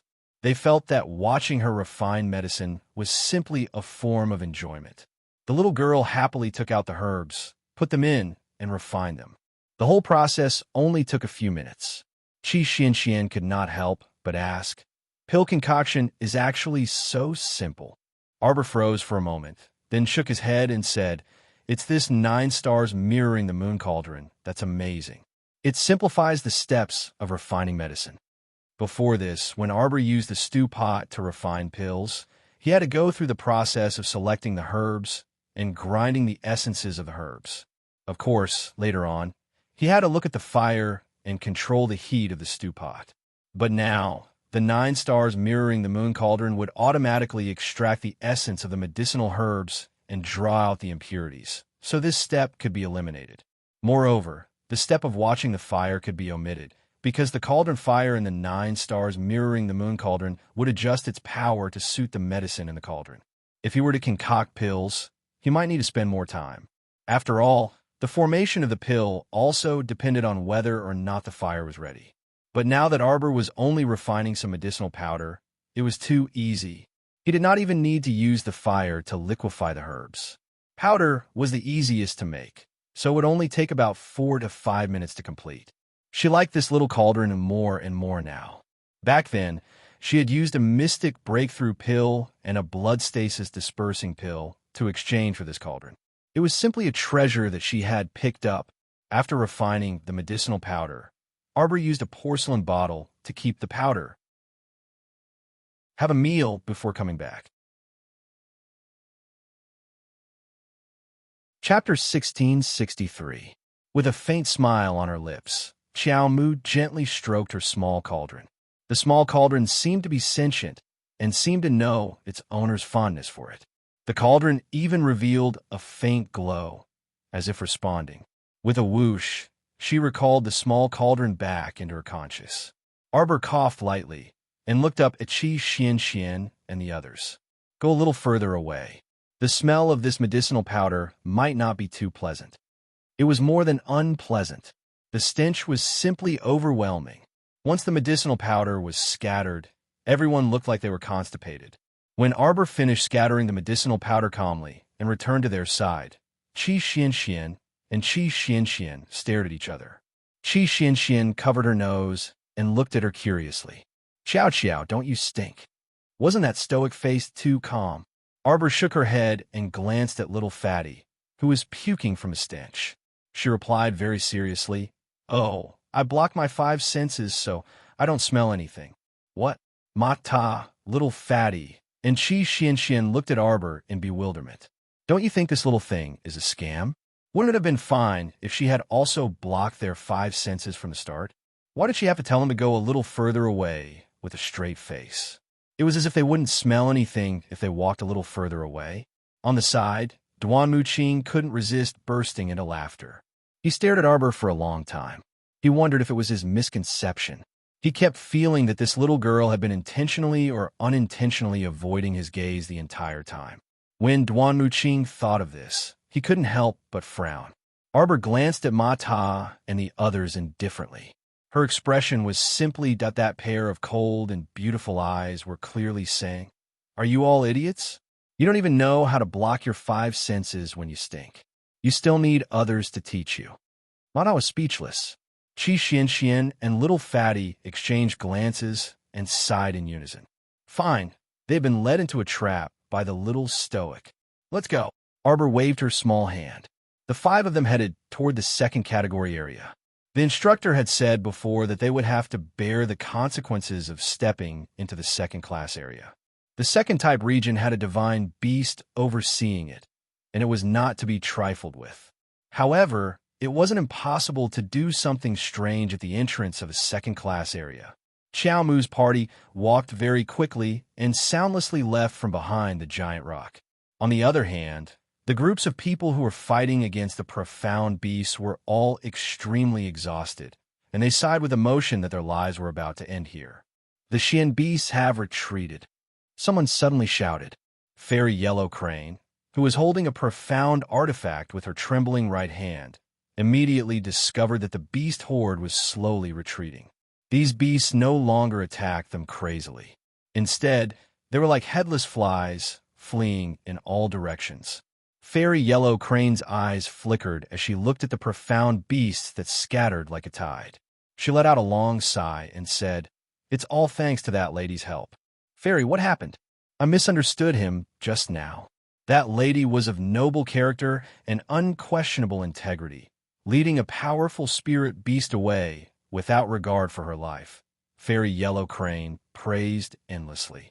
I think that these profound beasts probably retreated because they sensed the spirit beast's departure. Everyone finally understood when they heard this, and they all nodded in agreement with Fairy Yellow Crane. Only Fairy saw that righteous lady. That's right. If we meet her next time, we must thank that lady.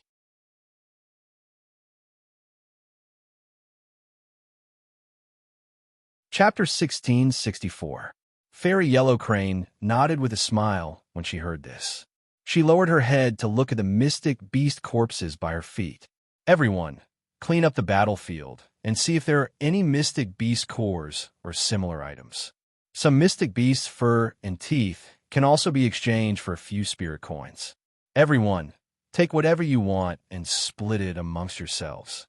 Fairy Yellow Crane's voice fell, and the dozen or so members of her team immediately went forward in high spirits to clean up the mystic beast corpses on the ground. But very quickly, everyone discovered that there were so many mystic beast corpses on the ground, but not a single crystal core could be found. Fairy, this is really strange. This mystic beast sawtooth wolf doesn't even have a single tooth. All right, I've been looking for so long, but I haven't seen any mystic beast with a crystal core in its head. Fairy, I only found 3 fire viper gallbladders. The other fire vipers were completely empty without any gallbladders. Fairy Yellow Crane was taken aback. She went forward and bent down to examine. Indeed, she saw many mystic beast skulls that had clearly been dug open. But what was strange was that these skulls did not seem to have been cut open by a blade. Instead, they seemed to have been clawed open by some sharp object. Fairy Yellow Crane was puzzled and could only stand up and say, "It seems that there should be some powerful spirit beast hiding in the dark. Let's hurry and pack up and leave Lava Mountain Range immediately." Masta, look at this. The fire sable's fur can be used to make a fire sable cloak from Masta, the teeth of a sharp-toothed wolf. Masta, do you like a collar made from sharp-toothed wolf teeth? I don't like it. Arbor had a headache as she interrupted the noisy little fat squirrel. TSK, Masta, if you don't want them, you can sell them all for money. And this fire viper gallbladders. Do you like them, Masta? Arbor's face was stoic as she put away the 2 storage talismans that the little fat squirrel handed over into her waist pouch. She nodded and said, "Not bad." The fire viper's gallbladders were a necessary ingredient for refining fire spirit pills. They were good stuff. The fat squirrel immediately chirped happily. Masta said she liked them that Arbor turned his head slightly and immediately saw the 4 people's stunned expressions. It turned out that Jojo had sent this fat squirrel to clean up the battlefield with a storage talisman in advance. What else could he have left behind? The 4 could not help but silently light a row of candles for Fairy Yellow Crane and the others in their hearts. He felt that if Yellow Crane Fairy and the others knew the truth, they would definitely beat Jojo to death. Not only did this person take away a lot of crystal cores and snake gallbladders, in the end, he didn't even let go of the teeth and fur of the profound beast that Arbor carried the rather heavy little fat squirrel and walked in front of everyone with an indifferent expression. She didn't think that little Chirpy had gone overboard at all. That's how it should be. Moreover, she had spent a great deal of effort to lure those profound beasts over, so the spoils of war naturally couldn't benefit Che Ruman's group. The 5 of them followed the map in their memories and arrived at the intersection of the 2nd and 1st category areas. The crimson rocks here were even larger than those in the 1st category areas. Each piece was as tall as an adult man. All kinds of rocks were oddly jagged and stood in picturesque disorder in front of them. Arbor took out the medicinal powder that attracted the profound beast from her pocket and made a gesture for the 4 of them to spread out. Then, she scattered some of the medicinal powder. Not long after, they heard 2 beast roars coming from the depths of the stone forest. See you tomorrow.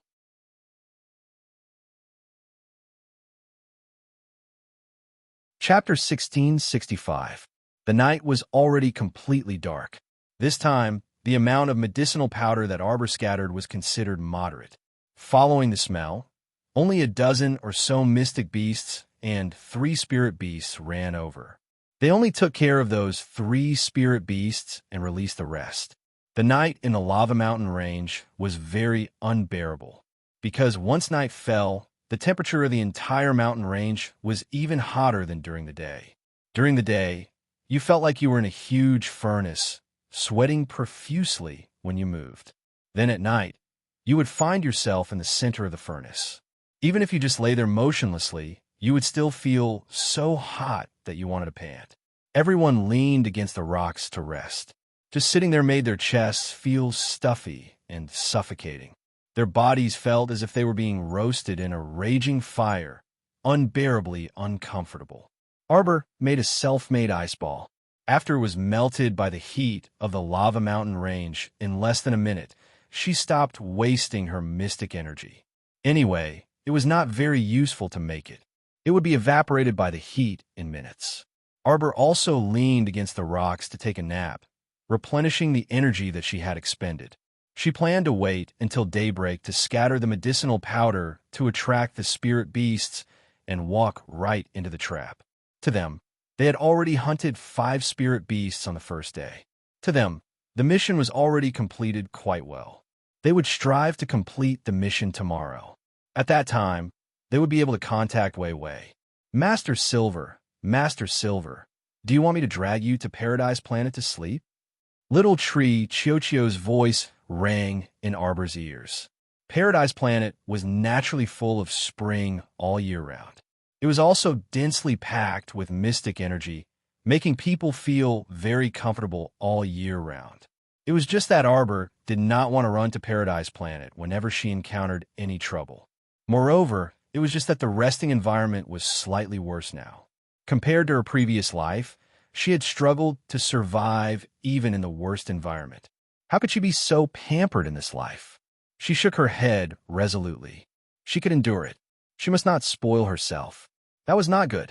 Then, Master, can I give you a sip of Chiochio's newly brewed spirit tea? Miss Chiao smacked her somewhat dry little mouth, and her eyes immediately brightened. She used her mental power to communicate with Chiochio. Chiochio, the spiritual tea tree can already be picked? That's right. The first batch of spirit tea leaves has already been picked. However, there are only 30 taels. It's only enough to drink 500 times. 30 taels was too little. As expected of the precious spiritual tea tree, its yield was pitifully low. Master, don't worry. The spiritual tea tree can be picked once every half a month. In the future, after our Paradise Planet is transformed into a spirit realm, the production of spirit tea trees will probably double. That's only 60 taels of silver, Arbor complained in his heart. Would you like a cup to refresh yourself, Master? Chiochio's voice carried an endless persuasion. Miss Chiao nodded, baffled. Then, a cup of spiritual tea with white steam rising from it was delivered to Arbor. It turned out that Chiochio had already prepared everything and was just waiting for her to nod her head. The faint spiritual energy mixed with the faint fragrance of tea drifted in the scorching air. Arbor sniffed it and only felt a lingering tea fragrance. She took a light sip and felt her entire body become incomparably comfortable. In a split second, more than half of the exhaustion in her body disappeared. This was too effective. Arbor lowered her head to glance at the spiritual tea and drank it all in one go.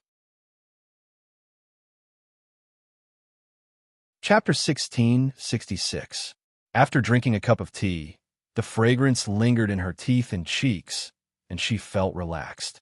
Arbor only felt that her body was warm and cozy, and she could no longer feel the burning sensation from the fire. It was as if her entire body was soaking in a hot spring, extremely comfortable. Ball, pour me another cup. Is this brewed with spirit tea leaves that are half a tael and a fun? Yes, Master. Master's measurement of medicinal herbs was extremely accurate. Naturally, she could accurately tell the amount of spirit tea in one cup. A green vine took the teacup back to Paradise Planet, and within a second handed another cup of steaming hot spirit tea to Arbor. After drinking another cup of spirit tea, Arbor felt that the mystic energy in her body that had been depleted had completely returned. After drinking the third cup, Arbor could feel a trace of spirit energy circulating slightly in her meridians, slowly flowing through her body.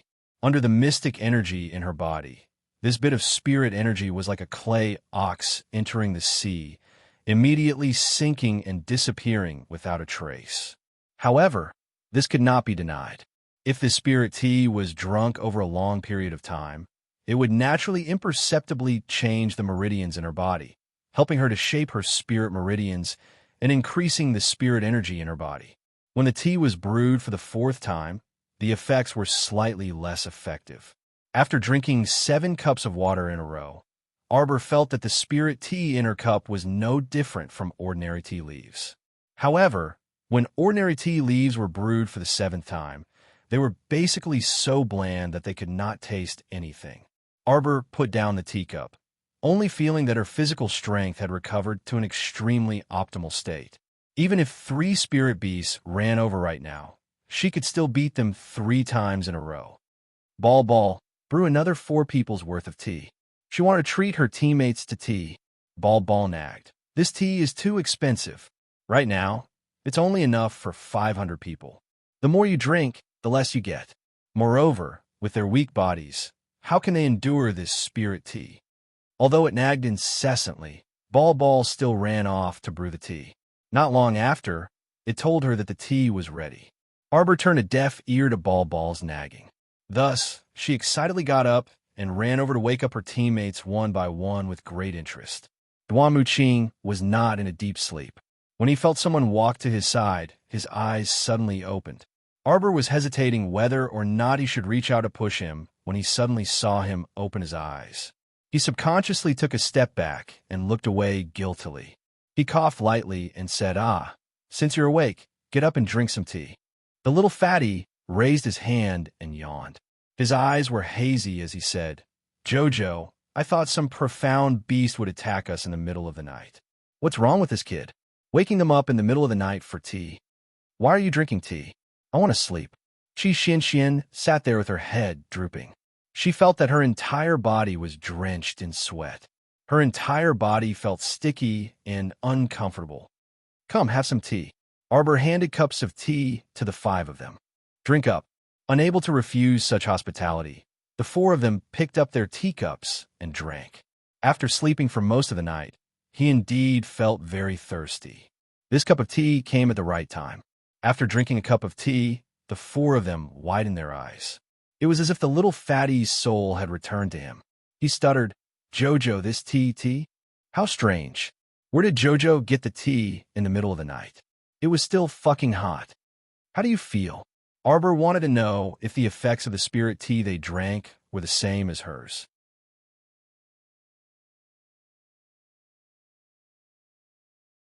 Chapter 1667.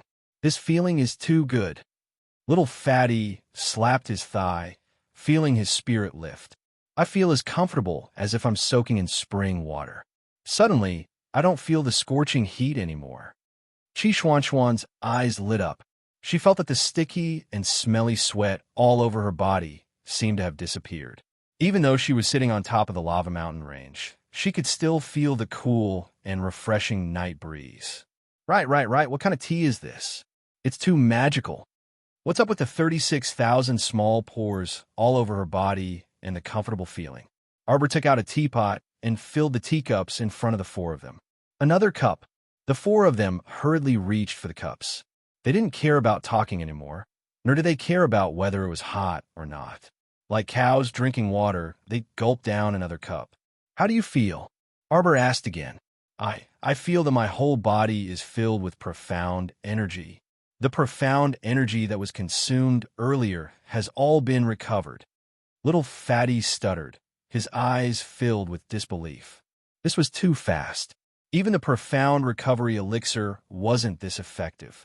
The profound recovery elixir that was sold on the market could only recover 1/10 of one's profound energy. And this ordinary cup of tea actually soothed the profound energy in their bodies by 100%. My God, what kind of tea is this? While holding a small notebook and brush, Xiaomu earnestly recorded down the effects of the medicine. In other words, the first cup of this spiritual tea could open up the human body's limbs, bones, and meridians, making you feel as if you were bathing in a hot spring. The second cup would restore your whole body strength. The third cup's effect was to inject a little spiritual energy into the body. After drinking it, the effect wouldn't be too great. Arbor kept the notebook and looked at the four dumbfounded people. The fourth cup's effect isn't too great. Do you still want to drink it? What a joke. If they still didn't know that this tea was extraordinary, then they would definitely be fools. With such good tea, how could they not drink it? Moreover, Jojo only said that the effect wasn't great. He didn't say that it was completely ineffective. Of course, they couldn't waste it. Seeing the four of them nod their heads in unison, Arbor refilled their glasses. Just like her, he drank 7 cups of water in a row. His stomach was probably filled with tea that Arbor waved his hand and said, "Go to sleep." What was laughable was that the 5 of them seemed to have been injected with chicken blood and were in high spirits. How could they still sleep? After tossing and turning for a while, Arbor suddenly got up from the rock. The other 4 also sat up and looked at her speechlessly. Ahem. Arbor coughed lightly with an indifferent expression. Why don't we scatter some powder now and provoke some spirit beasts to fight? Good idea. Qi Xianxian immediately agreed. Now that her eyes were clear and her mind was clear, she did not feel sleepy at all.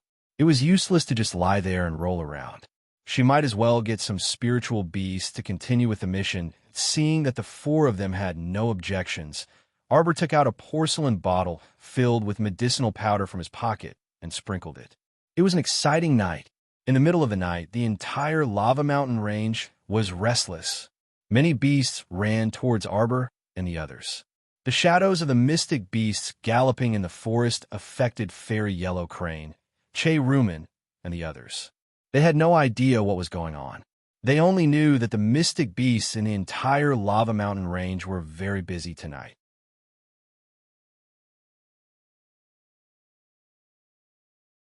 Chapter 1668. At the first glimmer of dawn, the 5 people harvested 3 more spirit beast corpses. Arbor stuffed them into his storage talisman. After a night of torment, the 5 people were a bit exhausted, but thankfully, they had a decent harvest. Looking at this mission, they basically completed 70% or so. Mata was incredibly happy. He flipped the spirit beast meat on the grill with one hand and said with a smile, "Oh my God, I never knew that the entrance test could be played like this. Compared to our entrance test this time, TSK, my entrance test back then was filled with trials and tribulations and was extremely bitter." The other 4 people were currently sitting around the grill with their eyes closed to recover the mystic energy in their bodies. Sweat trickled down their foreheads. The spiritual tea had been consumed in their bodies for an entire night and had already been completely consumed. They once again felt the unbearable scorching heat in their surroundings. But no one asked Arbor about last night's spiritual tea, nor did anyone ask Arbor for that spiritual tea to drink. Arbor inwardly felt that although these teammates of his looked silly, they were actually quite reliable. After drinking the spiritual tea and going through an entire night of fierce fighting, everyone felt that their cultivation had improved slightly. Qi Xianxian also sensed that the barrier to her peak level, 13 mystic cultivation, was already on the verge of breaking. She opened her eyes joyfully and said, I think I'm about to advance." The little stoic also opened her eyes when she heard this, and a faint smile appeared in her eyes. She took out a mystic breakthrough pill and handed it to her. "Eat it. I'll guard you. Advance." She only said a few words, but it made Qi Xianxian feel extremely moved. Qi Xianxian nodded at her, but didn't say any words of gratitude. She only took the mystic breakthrough pill and consumed it without hesitation. Then she closed her eyes again and blocked her 5 senses, entering a vacuum cultivation mode to advance. Soon, Xiao Mu clearly saw waves of mystic energy drifting over from above the stone forest. Mystic energy from all directions was swarming into Qi Xuanxuan's body. Instructor Wei Wei, who was sitting quietly on a huge rock in the lava mountain range, suddenly opened his eyes. He raised his head to look at the restless, profound energy on the mountain range and muttered to himself, "Someone actually advanced in the lava mountain range?" Wei Wei closed his eyes again, ignoring everything around him. In the other room, Fairy Yellow Crane looked at her teammates with a pale face and said, "Let's leave the lava mountain range now. Last night was really lively. All the Xian beasts in the entire lava mountain range have heard the news, haven't they? They couldn't sleep well that night. Originally, she had already obtained 3 fire vipers' gallbladders yesterday. After completing the mission, she could immediately leave the lava mountains. However, it was already late at night, and it wasn't safe to walk in the lava mountain range at night. Therefore, Fairy Yellow Crane decided that everyone would endure for one more night. After resting enough, they would set off the next morning. In the end, things didn't go as planned. That night, let alone rest, Fairy Yellow Crane and the others were all on tenterhooks, not daring to close their eyes. They were worried that those mischievous mystic beasts would be blind and surround them at some point.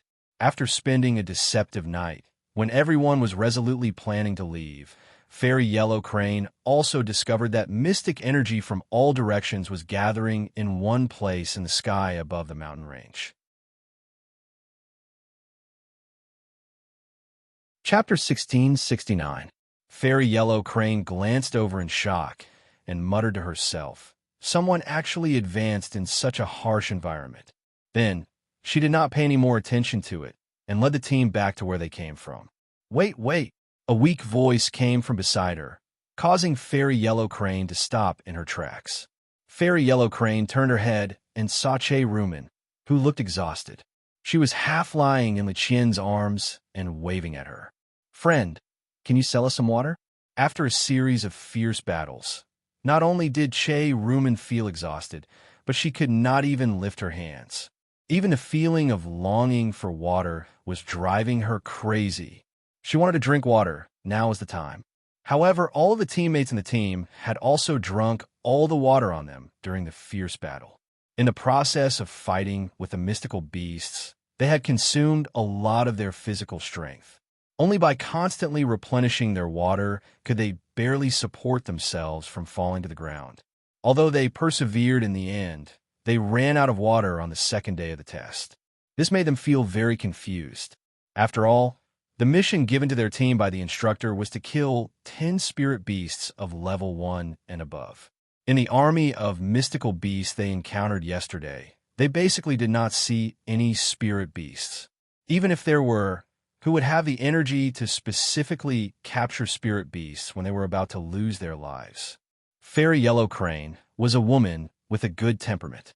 Seeing Che Rumen's situation, she could not help but feel a trace of sympathy. She raised her hand and took out the only 2 jugs of water in her inner world.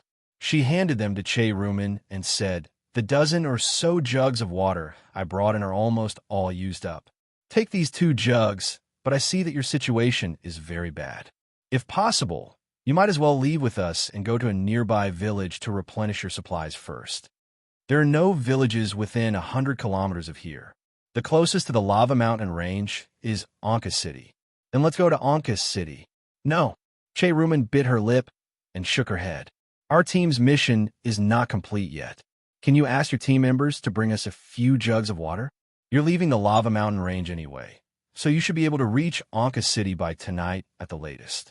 Fairy Yellow Crane looked back at her team members behind her with some difficulty. Some members were cautious and lowered their heads to avoid meeting Fairy Yellow Crane's gaze. That was a clear rejection. Fairy Yellow Crane naturally did not want to force her team members. After all, they had yet to leave the lava mountain range. In this special environment, they were not completely safe. Only 2 members, seeing that Fairy Yellow Crane was in a difficult position, stood up and handed 2 jugs of water to Che Rumen. Che Rumen was somewhat dissatisfied. Fairy Yellow Crane's group of more than 10 people only gave them 6 jugs of water. This was too stingy. However, there was nothing she could do. She could only watch as Fairy Yellow Crane's group left. Che Rumen turned her head and looked at Li Qian, who was breathing heavily. "Li Qian, you promised that you would get first place in this competition." Li Qian's eyes flashed with impatience. Who knew that the environment of this lava mountain range would be so harsh? The 2 of them were about to quarrel again. On the other hand, the level 13 Mystic Cultivator who joined last advised with a vulgar smile, "It's not impossible to take first place."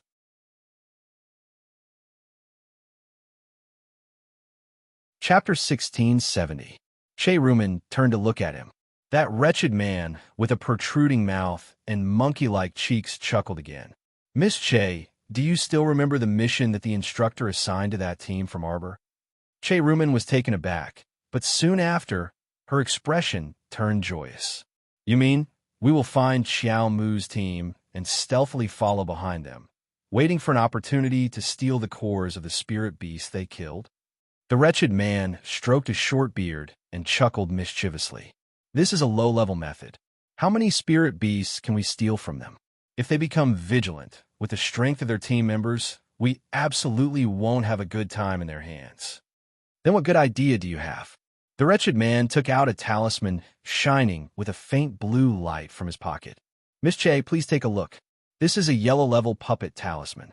Secretly stick it on that little girl, and I guarantee that she'll be obedient for 7 days.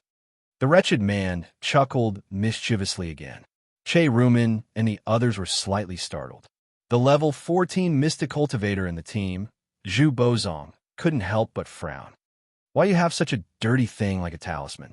People like talisman masters were loathsome existences no matter where they were. Their minds were too dark and terrifying, and they often hid in the dark to give people a fatal blow. The people they plotted against were still so foolish that they couldn't tell what was going on. The wretched man chuckled. You don't need to worry about that. In any case, I have my own channels to say if everyone wants to do it or not. I'm telling you, this talisman of mine has a great origin. The great master who made the talisman has a much higher cultivation than that little girl surnamed Xiao, so he can definitely make her fall for it without anyone noticing. After speaking, he took out another talisman from his pocket. This is an invisibility talisman. I bought it in the black market by chance. If not for Fairy Huang's reminder, I would have forgotten about the invisibility talisman. The wretched man glanced at Li Qian. How about it, young Master Li? Do you want to do it? Do you dare do it? You want me to put on an invisibility charm, sneak up on Arbor, and use this puppet charm on her? Li Qian immediately understood. Of course, among all of us, your cultivation is the highest, and your movements are the most agile. Young Master Li is the most suitable person to do this. Che Rumen gritted her teeth. Li Qian, let's do it this way. Li Qian couldn't help but frown, but he still couldn't go against Che Rumen's intentions. Will your invisibility talisman be discovered by others? After all, there was a level 3 spirit master in their team. The wretched man's eyes flashed slightly, and he immediately laughed. How is that possible? The invisibility talisman was absolutely invincible for a quarter of an hour. Don't worry, the talisman master who made this talisman is definitely not a level 3 spirit master. You definitely won't be exposed in front of Arbor's team. When he said this, it made people feel uneasy. Li Qian frowned. Unable to resist Che Rumen's pleading gaze, he decided to take the risk and give it a try. Where can we find Arbor's team? The wretched man's eyes flashed, and he laughed mischievously. Too simple. We'll follow the mystic energy from the 4 directions cloud movement, and we'll naturally find that Miss Xiao. Che Rumen was startled, and she couldn't help but ask in surprise. You mean the advancement movement is caused by her? The wretched man shrugged. Perhaps.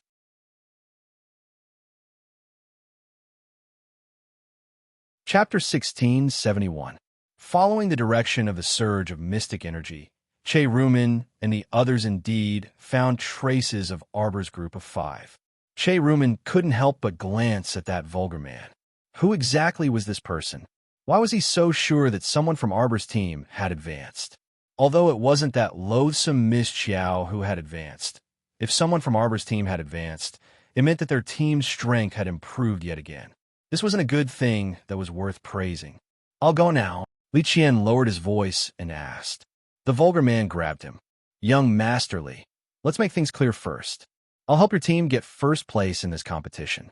After the competition ends, I'll deal with Miss Xiao. Li Qian couldn't help but be startled. What do you mean? We're all in the same boat. How could young Master Li not understand? The vulgar man revealed his black teeth and snickered at Li Qian. Li Qian immediately understood, but he looked down on the vulgar man in front of him. I didn't expect this brother to like this type. That Miss Chow looked like she hadn't reached marriageable age. She was too young. Although she was very beautiful, her entire person was as cold as a jade carving. Li Qian didn't like this. The vulgar man chuckled. Go! Li Qian stuck the invisibility talisman on himself and felt a strange force enter his body. Immediately, he heard Che Rumen exclaim in a low voice. Li Qian disappeared. Li Qian couldn't help but feel more confident. He left Che Rumen and the others' hiding place and walked briskly towards Arbor's group of 5. Arbor should be guarding Qi Xianxian. Senior brother Mata was sitting at the side, flipping the barbecued meat on the rack. In the team, other than Qi Xianxian, who was advancing with her eyes closed, the other two, Little Fatty and senior brother Duanmu Qing, were also meditating with their eyes closed. Li Qian exclaimed in a low voice. The heavens were helping him. He was originally worried that if senior brother Duanmu Qing was awake, things would be difficult. He didn't expect that only senior brother Arbor and senior brother Mata were guarding. If this was the case, the success rate would be higher. As long as he stealthily snuck to Chiao Mu's side and, as the vulgar man said, stuck that puppet curse onto her without anyone noticing, the powerful curse's power would enter her conscious and immediately take control of her movements. At that time, for 7 days, she would have no choice but to obey orders. Of course, the control of Chiao Mu, this little puppet, would most likely still fall into the vulgar man's hands. That was because the wretched man had never told him how to use the puppet charm. Li Qian silently arrived in front of Chiao Mu, but his body suddenly stiffened. This was because he noticed that Miss Chiao had raised her head and was looking at him coldly and mercilessly. Immediately, cold sweat dripped down from his forehead. Why did it feel like this line of sight was substantial and had such penetrating power? Li Qian suddenly picked up a small grain of sand and flicked it at Arbor's feet. The sudden movement of the small gravel caused Mata, who was on the side, to swiftly look around vigilantly.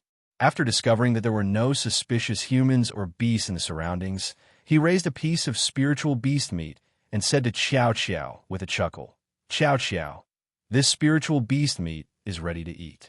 Do you want a piece first? You eat. Arbor glanced coldly at Li Qian, then closed her eyes. Li Qian heaved a sigh of relief. Damn, he thought Xiao Qing saw him. So he was overthinking.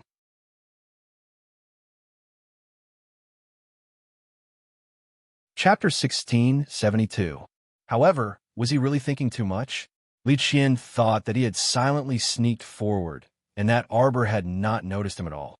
When he reached into his pocket and took out the puppet amulet, he then saw Chiao Mu coldly glare at him. That gaze was clearly her gaze was focused on his face. Shit, she could actually see him? Li Qian cursed the wretched man in his heart. His pupils constricted. He was about to dodge to the side and retreat. Arbor raised her hand, and a light screen suddenly covered Li Qian's body. Li Qian was trapped in an inverted transparent cover, and his expression changed slightly. Arbor looked at him without a trace of pity in her eyes. There was only a deep chill. The moment the defensive lightning cover opened, hundreds of lightning bolts intertwined towards Li Qian's head. Trapped in the small defensive lightning cover, Li Qian could only cover his head and flee like a rat, constantly dodging the lightning bolts in the defensive lightning cover. At this moment, Che Rumen and the others who were hiding behind the rock were also stunned. What's going on? Che Rumen turned to look at the vulgar man. Didn't you say that no one would discover Li Qian within 15 minutes? What was the situation now? Was Li Qian being controlled by some spirit weapon? Li Qian was a level 1 spirit master and was so flustered in this transparent cover. It could be seen that this spirit weapon was not ordinary. At this moment, Mata, who was worrying about the lack of salt on the barbecued meat, also jumped up from the ground and looked at the figure that appeared in the defensive lightning cover in shock. There was clearly no one there just now. This guy used an invisibility amulet and thought that no one could see him. Arbor said coldly, Idiot. The person who made this invisibility amulet had a higher cultivation level than her. But so what? In order to protect Qi Xianxian, she had been vigilantly using her spiritual eye to scan the surroundings. Under her spiritual eye, This person had nowhere to hide. Moreover, as a yellow rank great talisman master, even with his eyes closed, he was able to sense the flow of talisman power in the air. Even if her cultivation was inferior to the other parties, talisman energy couldn't deceive people. This person was like a fool, openly walking in front of the great talisman master. Did he think that she couldn't sense the faint trace of talisman energy on his body? "You're that rank 1 spirit master, Li Qian." Maatar recognized him. When his cultivation exploded earlier, everyone's attention was focused on the few high-level mystic cultivators and spiritualists, so it was very easy to recognize him. When Li Qian realized that he couldn't break free from the defensive thunder barrier, his eyes revealed a trace of fear. "What do we do now?" Che Rumen nervously looked at the wretched man. The latter rolled his dead fish eyes and snorted contemptuously. "You're really too stupid. You've already been caught, but you still don't know how to throw out the talisman. But how did that woman discover Li Qian? Didn't you say?" Che Rumen grabbed the wretched man and kept asking, but he gave her an impatient glance. "What's the point of saying this now?" The wretched man snorted. A level 1 spiritualist who used an invisibility amulet was actually discovered by a level 15 mystic cultivator. This is truly the biggest joke in the world. The wretched man still wanted to ridicule her, but Li Qian, who was trapped inside the defensive lightning cover, finally thought of taking out the puppet talisman that was floating with blue light from his sleeve. The wretched man sneered. Chapter 1673. Idiot, the vulgar man sneered. "You should have taken out earlier. Talismans wouldn't be blocked by spirit weapons. At such a close distance, the talisman would definitely be able to pass through the spirit weapon's cover and directly enter the little girl's consciousness." At that time, the vulgar man's eyes were filled with a determined flame. However, in the next second, this person's eyeballs almost popped out of their sockets. He stood stiffly beside Che Rumen, as if he had been petrified. He slowly raised his hand. Suddenly, he clutched his chest. A mouthful of blood violently spurted out from his mouth. The vulgar man was greatly alarmed. He secretly cursed. What was this situation? Backlash. Not only was the puppet talisman that he created ineffective against the little girl, it even backfired on him. How is this possible? At the same time that the vulgar man was shocked, his entire body was on the verge of collapse, and he almost fell on his butt. Arbor's ice bead-like eyes were already looking towards his hiding place. The talisman that this guy threw over emitted a special dark aura. Arbor instantly realized that the talisman in Li Qian's hand was puppet talisman. At this time, the vulgar man Tan Fa was also extremely shocked.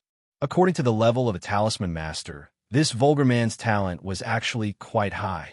At least among the disciples of the same sect, his talisman talent was very outstanding. Compared to the martial uncles of the same sect who had been by the Grandmaster's side since they were young and could only reach the level of a high-level talisman master after studying for so long, the vulgar man Tan Fa's talent was obviously higher. Talisman masters were different from talisman masters.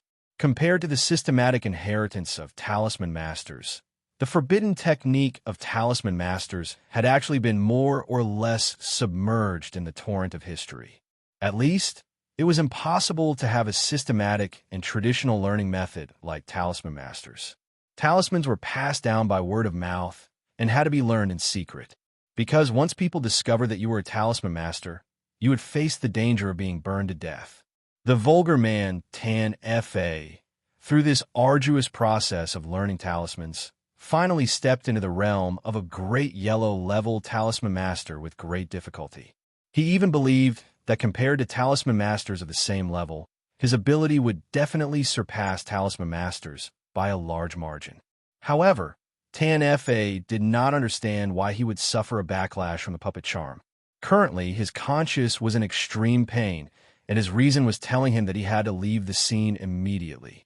Otherwise, he might suffer an even more severe blow. That was why he held his head, and under Zhu Bozong and Peng Wang's line of sight, he pressed down on Che Rumen's left shoulder. Suddenly, he raised his left hand, and a teleportation glyph array formed by 24 jade slips appeared under his feet. Rumen, Zhu Bozong, and Peng Guang cried out in shock.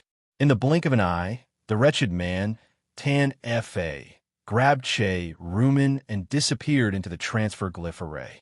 The last thing they saw was Che Rumen's deathly pale face.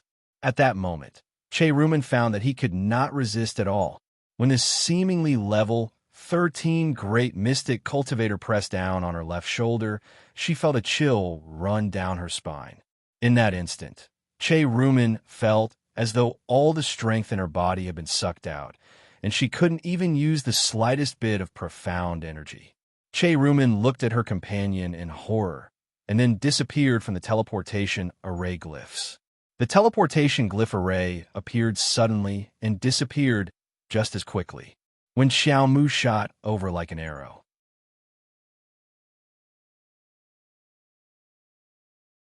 Chapter 1674. That wretched man who had secretly attacked her and wanted to use a puppet charm had already pulled the carriage and disappeared without a trace. Another transportation talisman array. A cold glint flashed through Arbor's eyes. The talisman patrician family had never given her the slightest bit of support or warmth, and had always been a hindrance to her. Several times, the people she wanted to deal with had escaped through the transportation talisman array. This caused Arbor's impression of the entire Mu family to worsen. She also had an increasingly bad impression of those so-called relatives of the Mu family that she had never met. Did that wretched man think that he could slip away with the transportation talisman array? A cold glint flashed through Arbor's eyes. Ordinary people naturally couldn't sense talisman energy, but for a great talisman master, it was really too simple to feel the flow of talisman energy. The black silk moved without wind, and Arbor's face was covered in frost. Zhu Bozong only saw that the girl standing in front of him had a talisman glowing with blue light suddenly ignited on the fingertip of her left hand. This was a tracking talisman that could lock onto a target based on talisman energy. As long as this wretched man didn't escape from Shuntian continent, then the tracking talisman would be able to record his position and transmit it to her within 3 days. Arbor coldly swept a glance over Zhu Bozong and Peng Guang. The latter trembled slightly and took a step back together. Zhu Bozong boldly raised his head under the pressure of her gaze. He carefully looked at the little girl and said, "Miss, this time our team leader was in the wrong, but you didn't suffer any harm. Can you release our teammate Li Qian?" Li Qian was still trapped inside the defensive thunder barrier. According to Arbor's style of doing things, how could she let go of someone who had deliberately tried to harm her? Just because they didn't succeed in harming her didn't mean that they were innocent. A cold glint flashed through Arbor's eyes, and she looked at the two with incomparable coldness. If you don't want to die, then scram immediately. Every injustice had its perpetrator, and every debt its debtor. These two people didn't do anything to her, so she was clear about right and wrong. Naturally, she wouldn't retaliate against them. Of course, if these two people still didn't have eyes and wanted to continue making trouble for her, then she naturally wouldn't be polite and let them go. Zhu Bozong's expression changed slightly. "Miss Chiao, please show mercy. We were just tricked by that wretched man. That's why Captain Che was so stubborn and wanted to use this method to deal with you." "What's that person's name?" Arbor asked coldly. "I only know that her name is Tan Fa. Yes, we only know that his name is Tan Fa. We really don't know anything else about him. You've been together for a day and a night as teammates. You don't know anything?" "Miss Chiao, every word we said is true. Please verify it," Zhu Bokong said seriously. "Humph." Arbor snorted. A person of unknown origin actually dares to be randomly assigned to his own team. "I'm starting to sympathize with your captain. Why do you think Tan Fa wanted to drag her along?" Hearing this, Zhu Bozong stiffened and stared blankly at the little girl in front of him. Before this, Tan Fa had acted very wretched in front of them, and he had repeatedly emphasized that he wanted to capture this little girl in front of him. But in the end, the two of them didn't know how Tan Fa got injured and actually dragged their captain away. This really made them very confused. Chapter 1675. The little girl's words now made their hearts in a mess. Che Rumen and Li Qian could be considered as long-term teammates. To tell the truth, in Shuntian continent, where people are unfamiliar, having more friends means more paths, right? Now that they are a small team of 4, they still have some confidence in doing missions. If there are only 2 of them left, what are they going to do? You only have yourself to blame. Arbor coldly glances at the 2 of them, then says, "You can scram now." Zhu Bozong still wants to persuade her, but his companion tugs at his sleeve. "Little girl, where it's possible to make mistakes, one should spare them." Peng Guang says, "Although Li Qian has offended you, but seeing that you are not injured at all, can you be magnanimous and let him go? To people who want to kill me, I will never give them a chance to live." Arbor indifferently throws down these words, and Li Qian's panicked and fearful cries immediately come from inside the defensive thunder barrier. Zhu Bozong and Peng Guang turn around to look. They see Li Qian being cut into pieces by streaks of crisscrossing lightning. He really doesn't have the least bit of room to resist. A level 1 spirit master, in a matter of minutes, completely died in front of them. Zhu Bozong and Peng Guang look at Arbor with a huge change in expression, and a chill rises in their hearts. They only feel that the girl in front of them is very frightening. "You wanted to use the puppet charm to control me, but didn't succeed. Doesn't mean you didn't do it. If I was just a weak girl, this time you have already succeeded. Don't look at me with such innocent eyes. You 2 are very clear in your hearts. You are not innocent at all, right?" After saying that, she expressionlessly sweeps a glance at them, then turns around and leaves. Her fingertips turn slightly, and the defensive thunder barrier is taken back by her. Turning back to meet Mata's eyes, she sees that he doesn't show any displeasure or disapproval, but calmly looks at her and smiles slightly. Mata suddenly raises his hand, holding up the roasted spirit beast meat, and chuckles. "Jojo, I found a bit of salt in little Fatty's pocket with great difficulty. I smeared some on this spirit beast meat. Now it finally has a little taste. Don't you plan to have a taste? I've been roasting it for a long time." Arbor smiled faintly. For some reason, his gloomy mood became somewhat cheerful. Qi Xianxian spent more than half a day meditating to advance her cultivation. It wasn't until evening that she opened her eyes and said to her 4 teammates with a smile, "I skipped the entry stage of level 14 Mystic Cultivator and directly entered the gradual attainment stage. What do you think?" The little fatty was extremely envious. He stared at Qi Xianxian and said, "Hey, you're awesome. In a lava mountain range. How the hell did he manage to pass the entrance test? Do you really have to be so lucky?" Qi Xianxian chuckled and said, "I don't believe that your cultivation base didn't improve at all after drinking the spirit tea. From the looks of it, you're only a small step away from breaking through to the spirit realm. No, maybe it's only half a step." Hearing that, the little fatty rubbed his nose and chuckled. "Heh, I really can't hide anything from your eyes. That is indeed the case. I see that it's getting late today." Arbor said softly, "Xianxian has advanced for a day, so she should have a good rest now. Let's stay here for now and relax."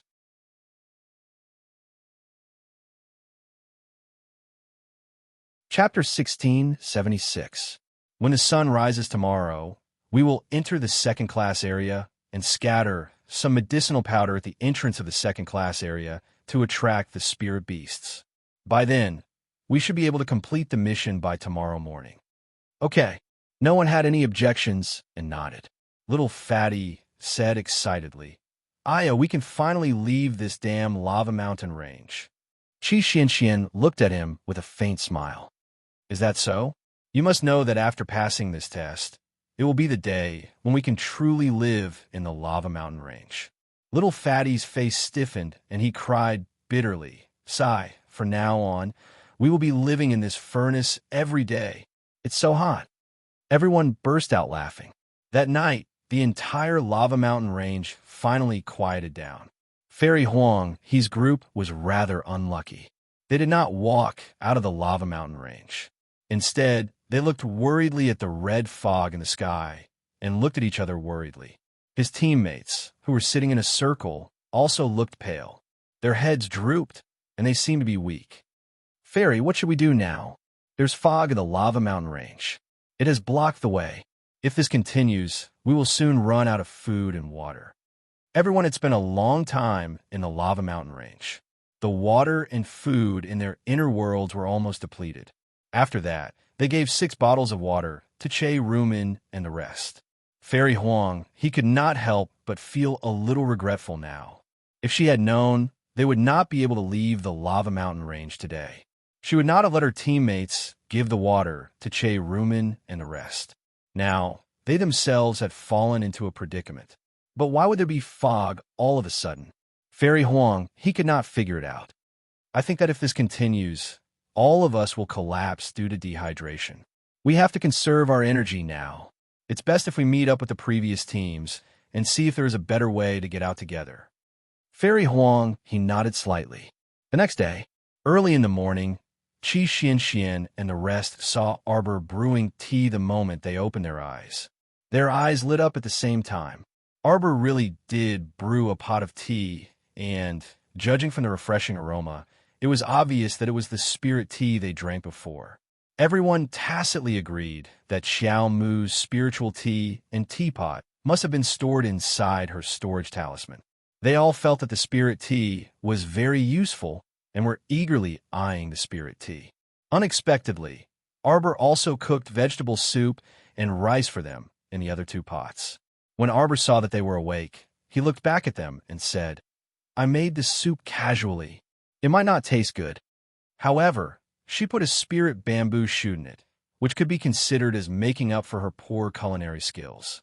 Qi Xianxian hugged her and said emotionally, "Jojo, you've made us tea, soup, and rice so early in the morning. Yes, it's great that you're here." Arbor didn't think she was that good. Anyway, she woke up early and had nothing to do, so she made them a pot of tea. Moreover, according to the progress of the mission, they should be able to complete the mission of killing the remaining 3 spirit beasts today. Then, they could summon Instructor Wei Wei and bring them back to the academy. Who knew what the future would be like? When the team returned to the academy, they would naturally disband. Since it was fate that brought them together, they should cherish this fate.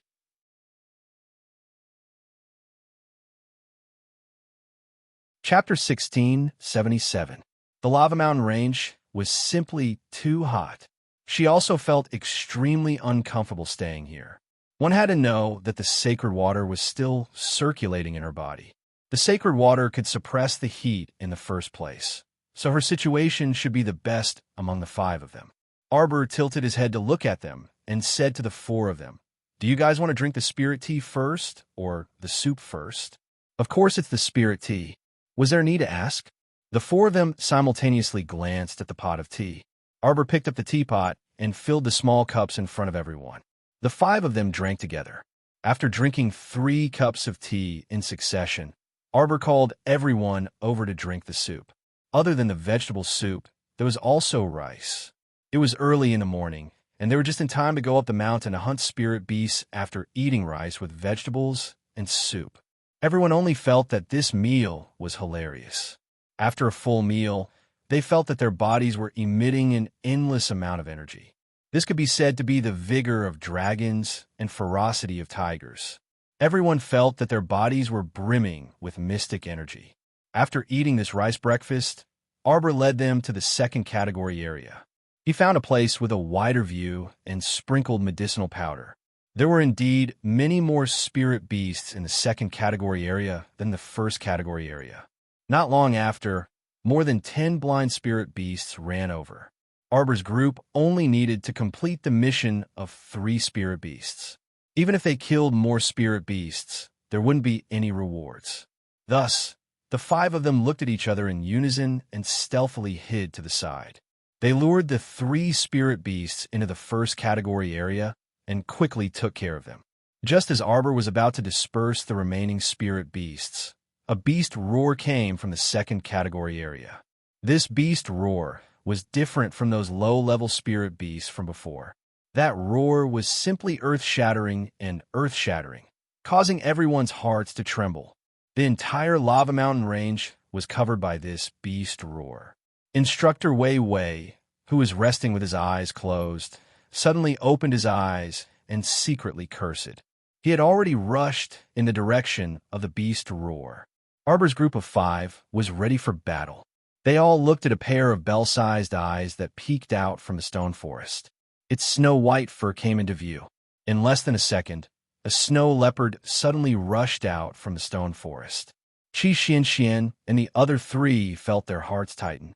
Their fingers turned slightly pale as they raised their weapons and aimed them at the snow leopard. Arbor looked at the snow leopard. How should he put it? It felt like déjà vu. Déjà vu. Why did it feel like déjà vu? At this moment, Instructor Wei Wei's roar came from behind. Disperse. Then, a surge of spiritual energy rushed towards the snow leopard. Everyone saw the spiritual energy in Instructor Wei Wei's hand turn into a spiritual bird. He suddenly charged towards the snow leopard. However, the snow leopard didn't even raise its head. Instead, it stretched out its paw and slapped the spirit bird drawn by Instructor Wei Wei to death. Instructor Wei Wei spat out a mouthful of blood and immediately took a few steps back. He turned his head to look at the 5 dumbfounded people and roared, "What are you all still standing there for? Hurry up and run." The 5 Arbor players felt that Teacher Wei Wei was also a little funny. Didn't he say that he wouldn't care if they lived or died? Could it be that he was also a stubborn instructor? Instructor Wei Wei's sudden gentleness towards them and his cold face suddenly changed into an anxious look, which made everyone feel very strange. The 6th watch ended.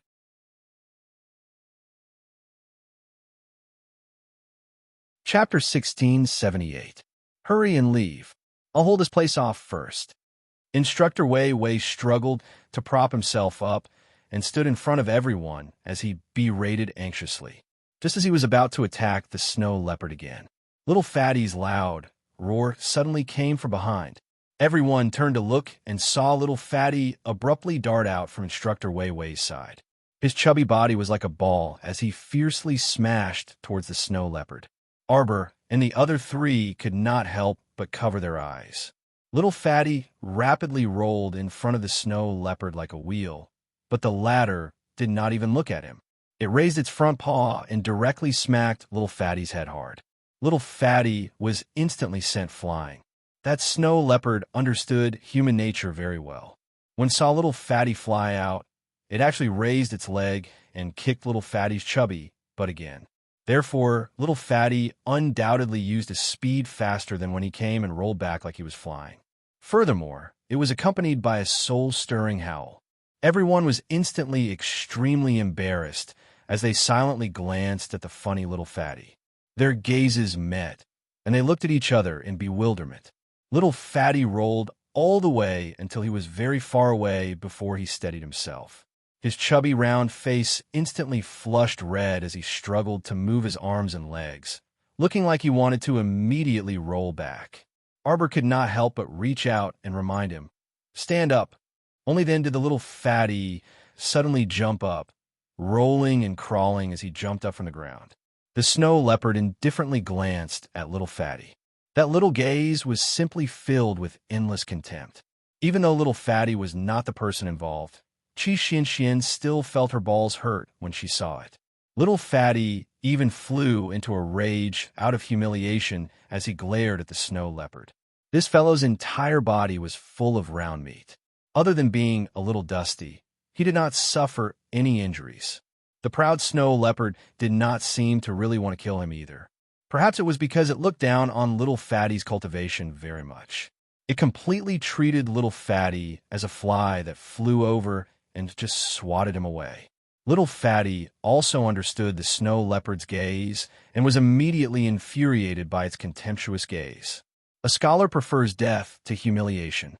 He was a dignified peak level 15 mystic cultivator. So why did it seem like he couldn't deal with this leopard? Seeing the Little Fatty charging forward again without fear of death, Instructor Wei Wei's gaze suddenly changed. Was there a hole in this guy's head? Even the spiritual technique that he, a level 12 great spiritual master, had just thrown out had been instantly swatted back by the snow leopard. All right? Just based on this little fellow's flowery but impractical moves, what could he do to this divine beast in front of him? Stop joking around. Little Fatty summoned a double-headed hammer from his conscious, and charged towards the snow leopard while carrying his broken hammer. It was as if he was going to fight the divine beast to the death. Instructor Wei Wei suddenly took a step forward, and the figure that was flying towards little Fatty was a flying kick. He immediately stomped on the ground and kicked the little Fatty out of the sky. Arbor, Qi Xianxian, Duan Muqing, and Ma Ta were speechless. Little Fatty was caught off guard and was kicked in the butt by Instructor Wei Wei, causing him to fly even further away than before. He directly drew a gorgeous parabola in the sky. Thump! He fell headfirst onto the ground, almost falling like a dog chewing on mud. Speaking of which, little Fatty's vitality was very tenacious.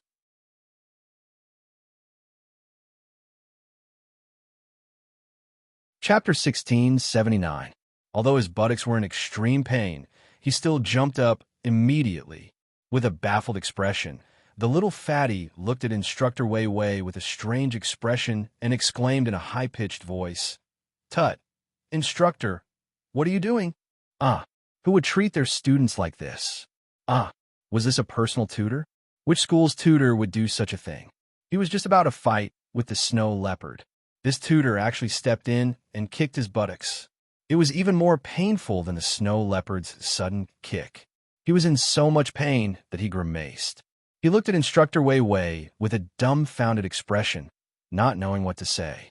Instructor Wei Wei glanced at him coldly. The next second, he roared, "Get lost!" The five of them looked at each other silently. Qi Xianxian hurriedly pulled Arbor and was about to turn around. Who knew that the snow leopard suddenly roared at them? The roar was so loud that everyone immediately turned around and looked at it warily. The snow leopard looked like it was about to pounce on them and attack. If they were to leave now, they would leave their backs open to the snow leopard. It was probably too late. Instructor Wei Wei's face was solemn. He hurriedly took out a communication jade talisman from his sleeve and wrote a few strokes. Then his expression changed slightly as he looked at the five students and said coldly, "When I say run later, run immediately. Don't look back." Arbor looked at him indifferently and did not say anything. Wei Wei turned his head and saw the snow leopard taking graceful steps and lightly jumping in front of him. It raised its paws and actually walked towards the direction of the five students. Wei Wei's expression changed. He reached out to stop it, but the snow leopard turned around and roared at him unhappily. Subsequently, without even looking at him, she tossed him aside and quickly skipped over to Qiao Mu's side. Qi Xianxian panicked when she saw this. His figure flashed, and he abruptly blocked in front of Qiao Mu, blocking her with his hand. A treasure sword with purple light swirling around it was summoned from her conscious. The sword was filled with spirit energy. Qi Xianxian looked at the snow leopard coldly and said, "Stop right there." With him around, this damned leopard would never be able to hurt her Jojo. Roar! The snow leopard growled at Qi Xianxian in dissatisfaction. It tilted its head, and its eyes were obviously telling her to get lost. Arbor's eyes lit up as he stared at the snow leopard that was behaving strangely. He gently tugged on Qi Xuanxuan's sleeve. "Don't worry," she said in a low voice. With a flash of her body, she slipped past Qi Xianxian and quickly ran towards the snow leopard. "Don't go over." Duan Muqing hurriedly stopped him. Instructor Wei Wei was also staring at her with a very disapproving gaze. "What are you doing here?" Arbor did not care about them. At this moment, he was only a few steps away from the snow leopard.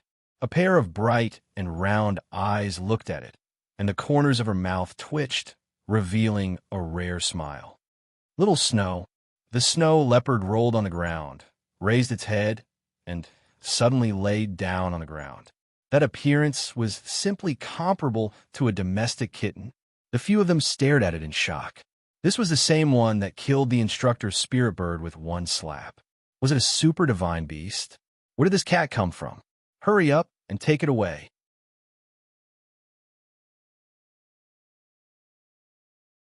Chapter 1680. Don't you think it's too much for a mighty divine beast to suddenly show such a docile expression on your furry face? Since you're so docile, why did you roar and yell just now? You even made it look like the earth was shaking and the mountains were shaking. Who the hell are you trying to show off to? Everyone watched as Miss Chow ran forward with a cheer. Under everyone's watchful eyes, she actually jumped onto the snow leopard's broad back and even rolled around on top of it. She even touched the snow leopard's ears while she was at it. Oh my God, that big guy actually didn't look angry at all. It just laid there motionless. Qi Xian and little Fatty's eyes widened at the same time. They looked at the snow leopard in disbelief, then looked at Arbor, who was rolling on its back. Jojo? Qi Xian couldn't help but cry out. This snow leopard at you? Relative? Puffed. Little Fatty almost spat out a mouthful of blood. Whose relative was a leopard? This Qi Xian was already incoherent. Duamuqing also took a few steps forward. Seeing that Arbor was fine, he sighed in relief and said, "Have you seen it before?" Arbor tilted its head and thought for a while. Then it sat up and looked at them. Little Snow used to be my husband's summoned beast. Summoned beast? You married? Clearly, Duanmuqing, Ma Ta, and little Fatty's focus was different. Arbor cast a glance at him and nodded. Only then did Mata realize what was going on. He covered his chest with one hand and said in a disappointed tone, "Oh my God, why is it that all the good girls in this world are already other people's wives?" Little Fatty also blinked his eyes. Chow, you got married really early. Early? Shamu didn't have any idea. At that time, it was the crown prince who told her that they had been together for 7 to 8 years and that it was time to give them a title. Yes, I'll definitely get married after I get married. I've known my husband for 7 to 8 years, Miss Chow said expressionlessly. After 7 to 8 years of being together, they were already an old couple. It was indeed time to give the crown prince a title. Otherwise, it would be too unfair for him, Miss Chow thought. Everyone was speechless. Why did they feel that this silly girl in front of them seemed to have been tricked by her husband? Cough. Qi Xian hurriedly pulled everyone's attention back. Shouldn't the main point be the summoning talisman? Oh, right. Fatty's face lit up with joy. Jojo, you can draw summoning talismans. Arbor nodded. So, this teammate might have more than one beast by his side. Qi Xian and the other 3 shifted their gazes to Instructor Wei Wei's face. Wei Wei's expression was indeed somewhat stiff. He did not expect that the snow leopard in front of him was actually Miss Qiao's old friend. How could he endure this? Why didn't the two of them acknowledge each other earlier? That snow leopard even looked like it was about to attack. Wait. It seemed like the snow leopard had only waved its claws twice. It was their own conjecture that the snow leopard wanted to attack them. Actually, when the snow leopard first swung its claws at him, it used too much force and caused him to spit out blood. After that, it very politely controlled its strength. Even when it slapped little Fatty twice, it did not hurt him. Instructor Wei Wei was somewhat speechless. Training in a lava mountain range, a student could even meet her husband's summoned beast that with such a complicated relationship. Instructor Wei Wei expressed that it was a small world. You're tuning in to the Romance Rendezvous YouTube channel. We're so grateful for your support, and don't forget to subscribe to join us on this incredible journey through captivating stories. Your generosity through donations truly makes a world of difference, as it's the primary source of revenue that allows me to expand and enhance this channel for you. Thank you from the bottom of my heart for being a part of this adventure.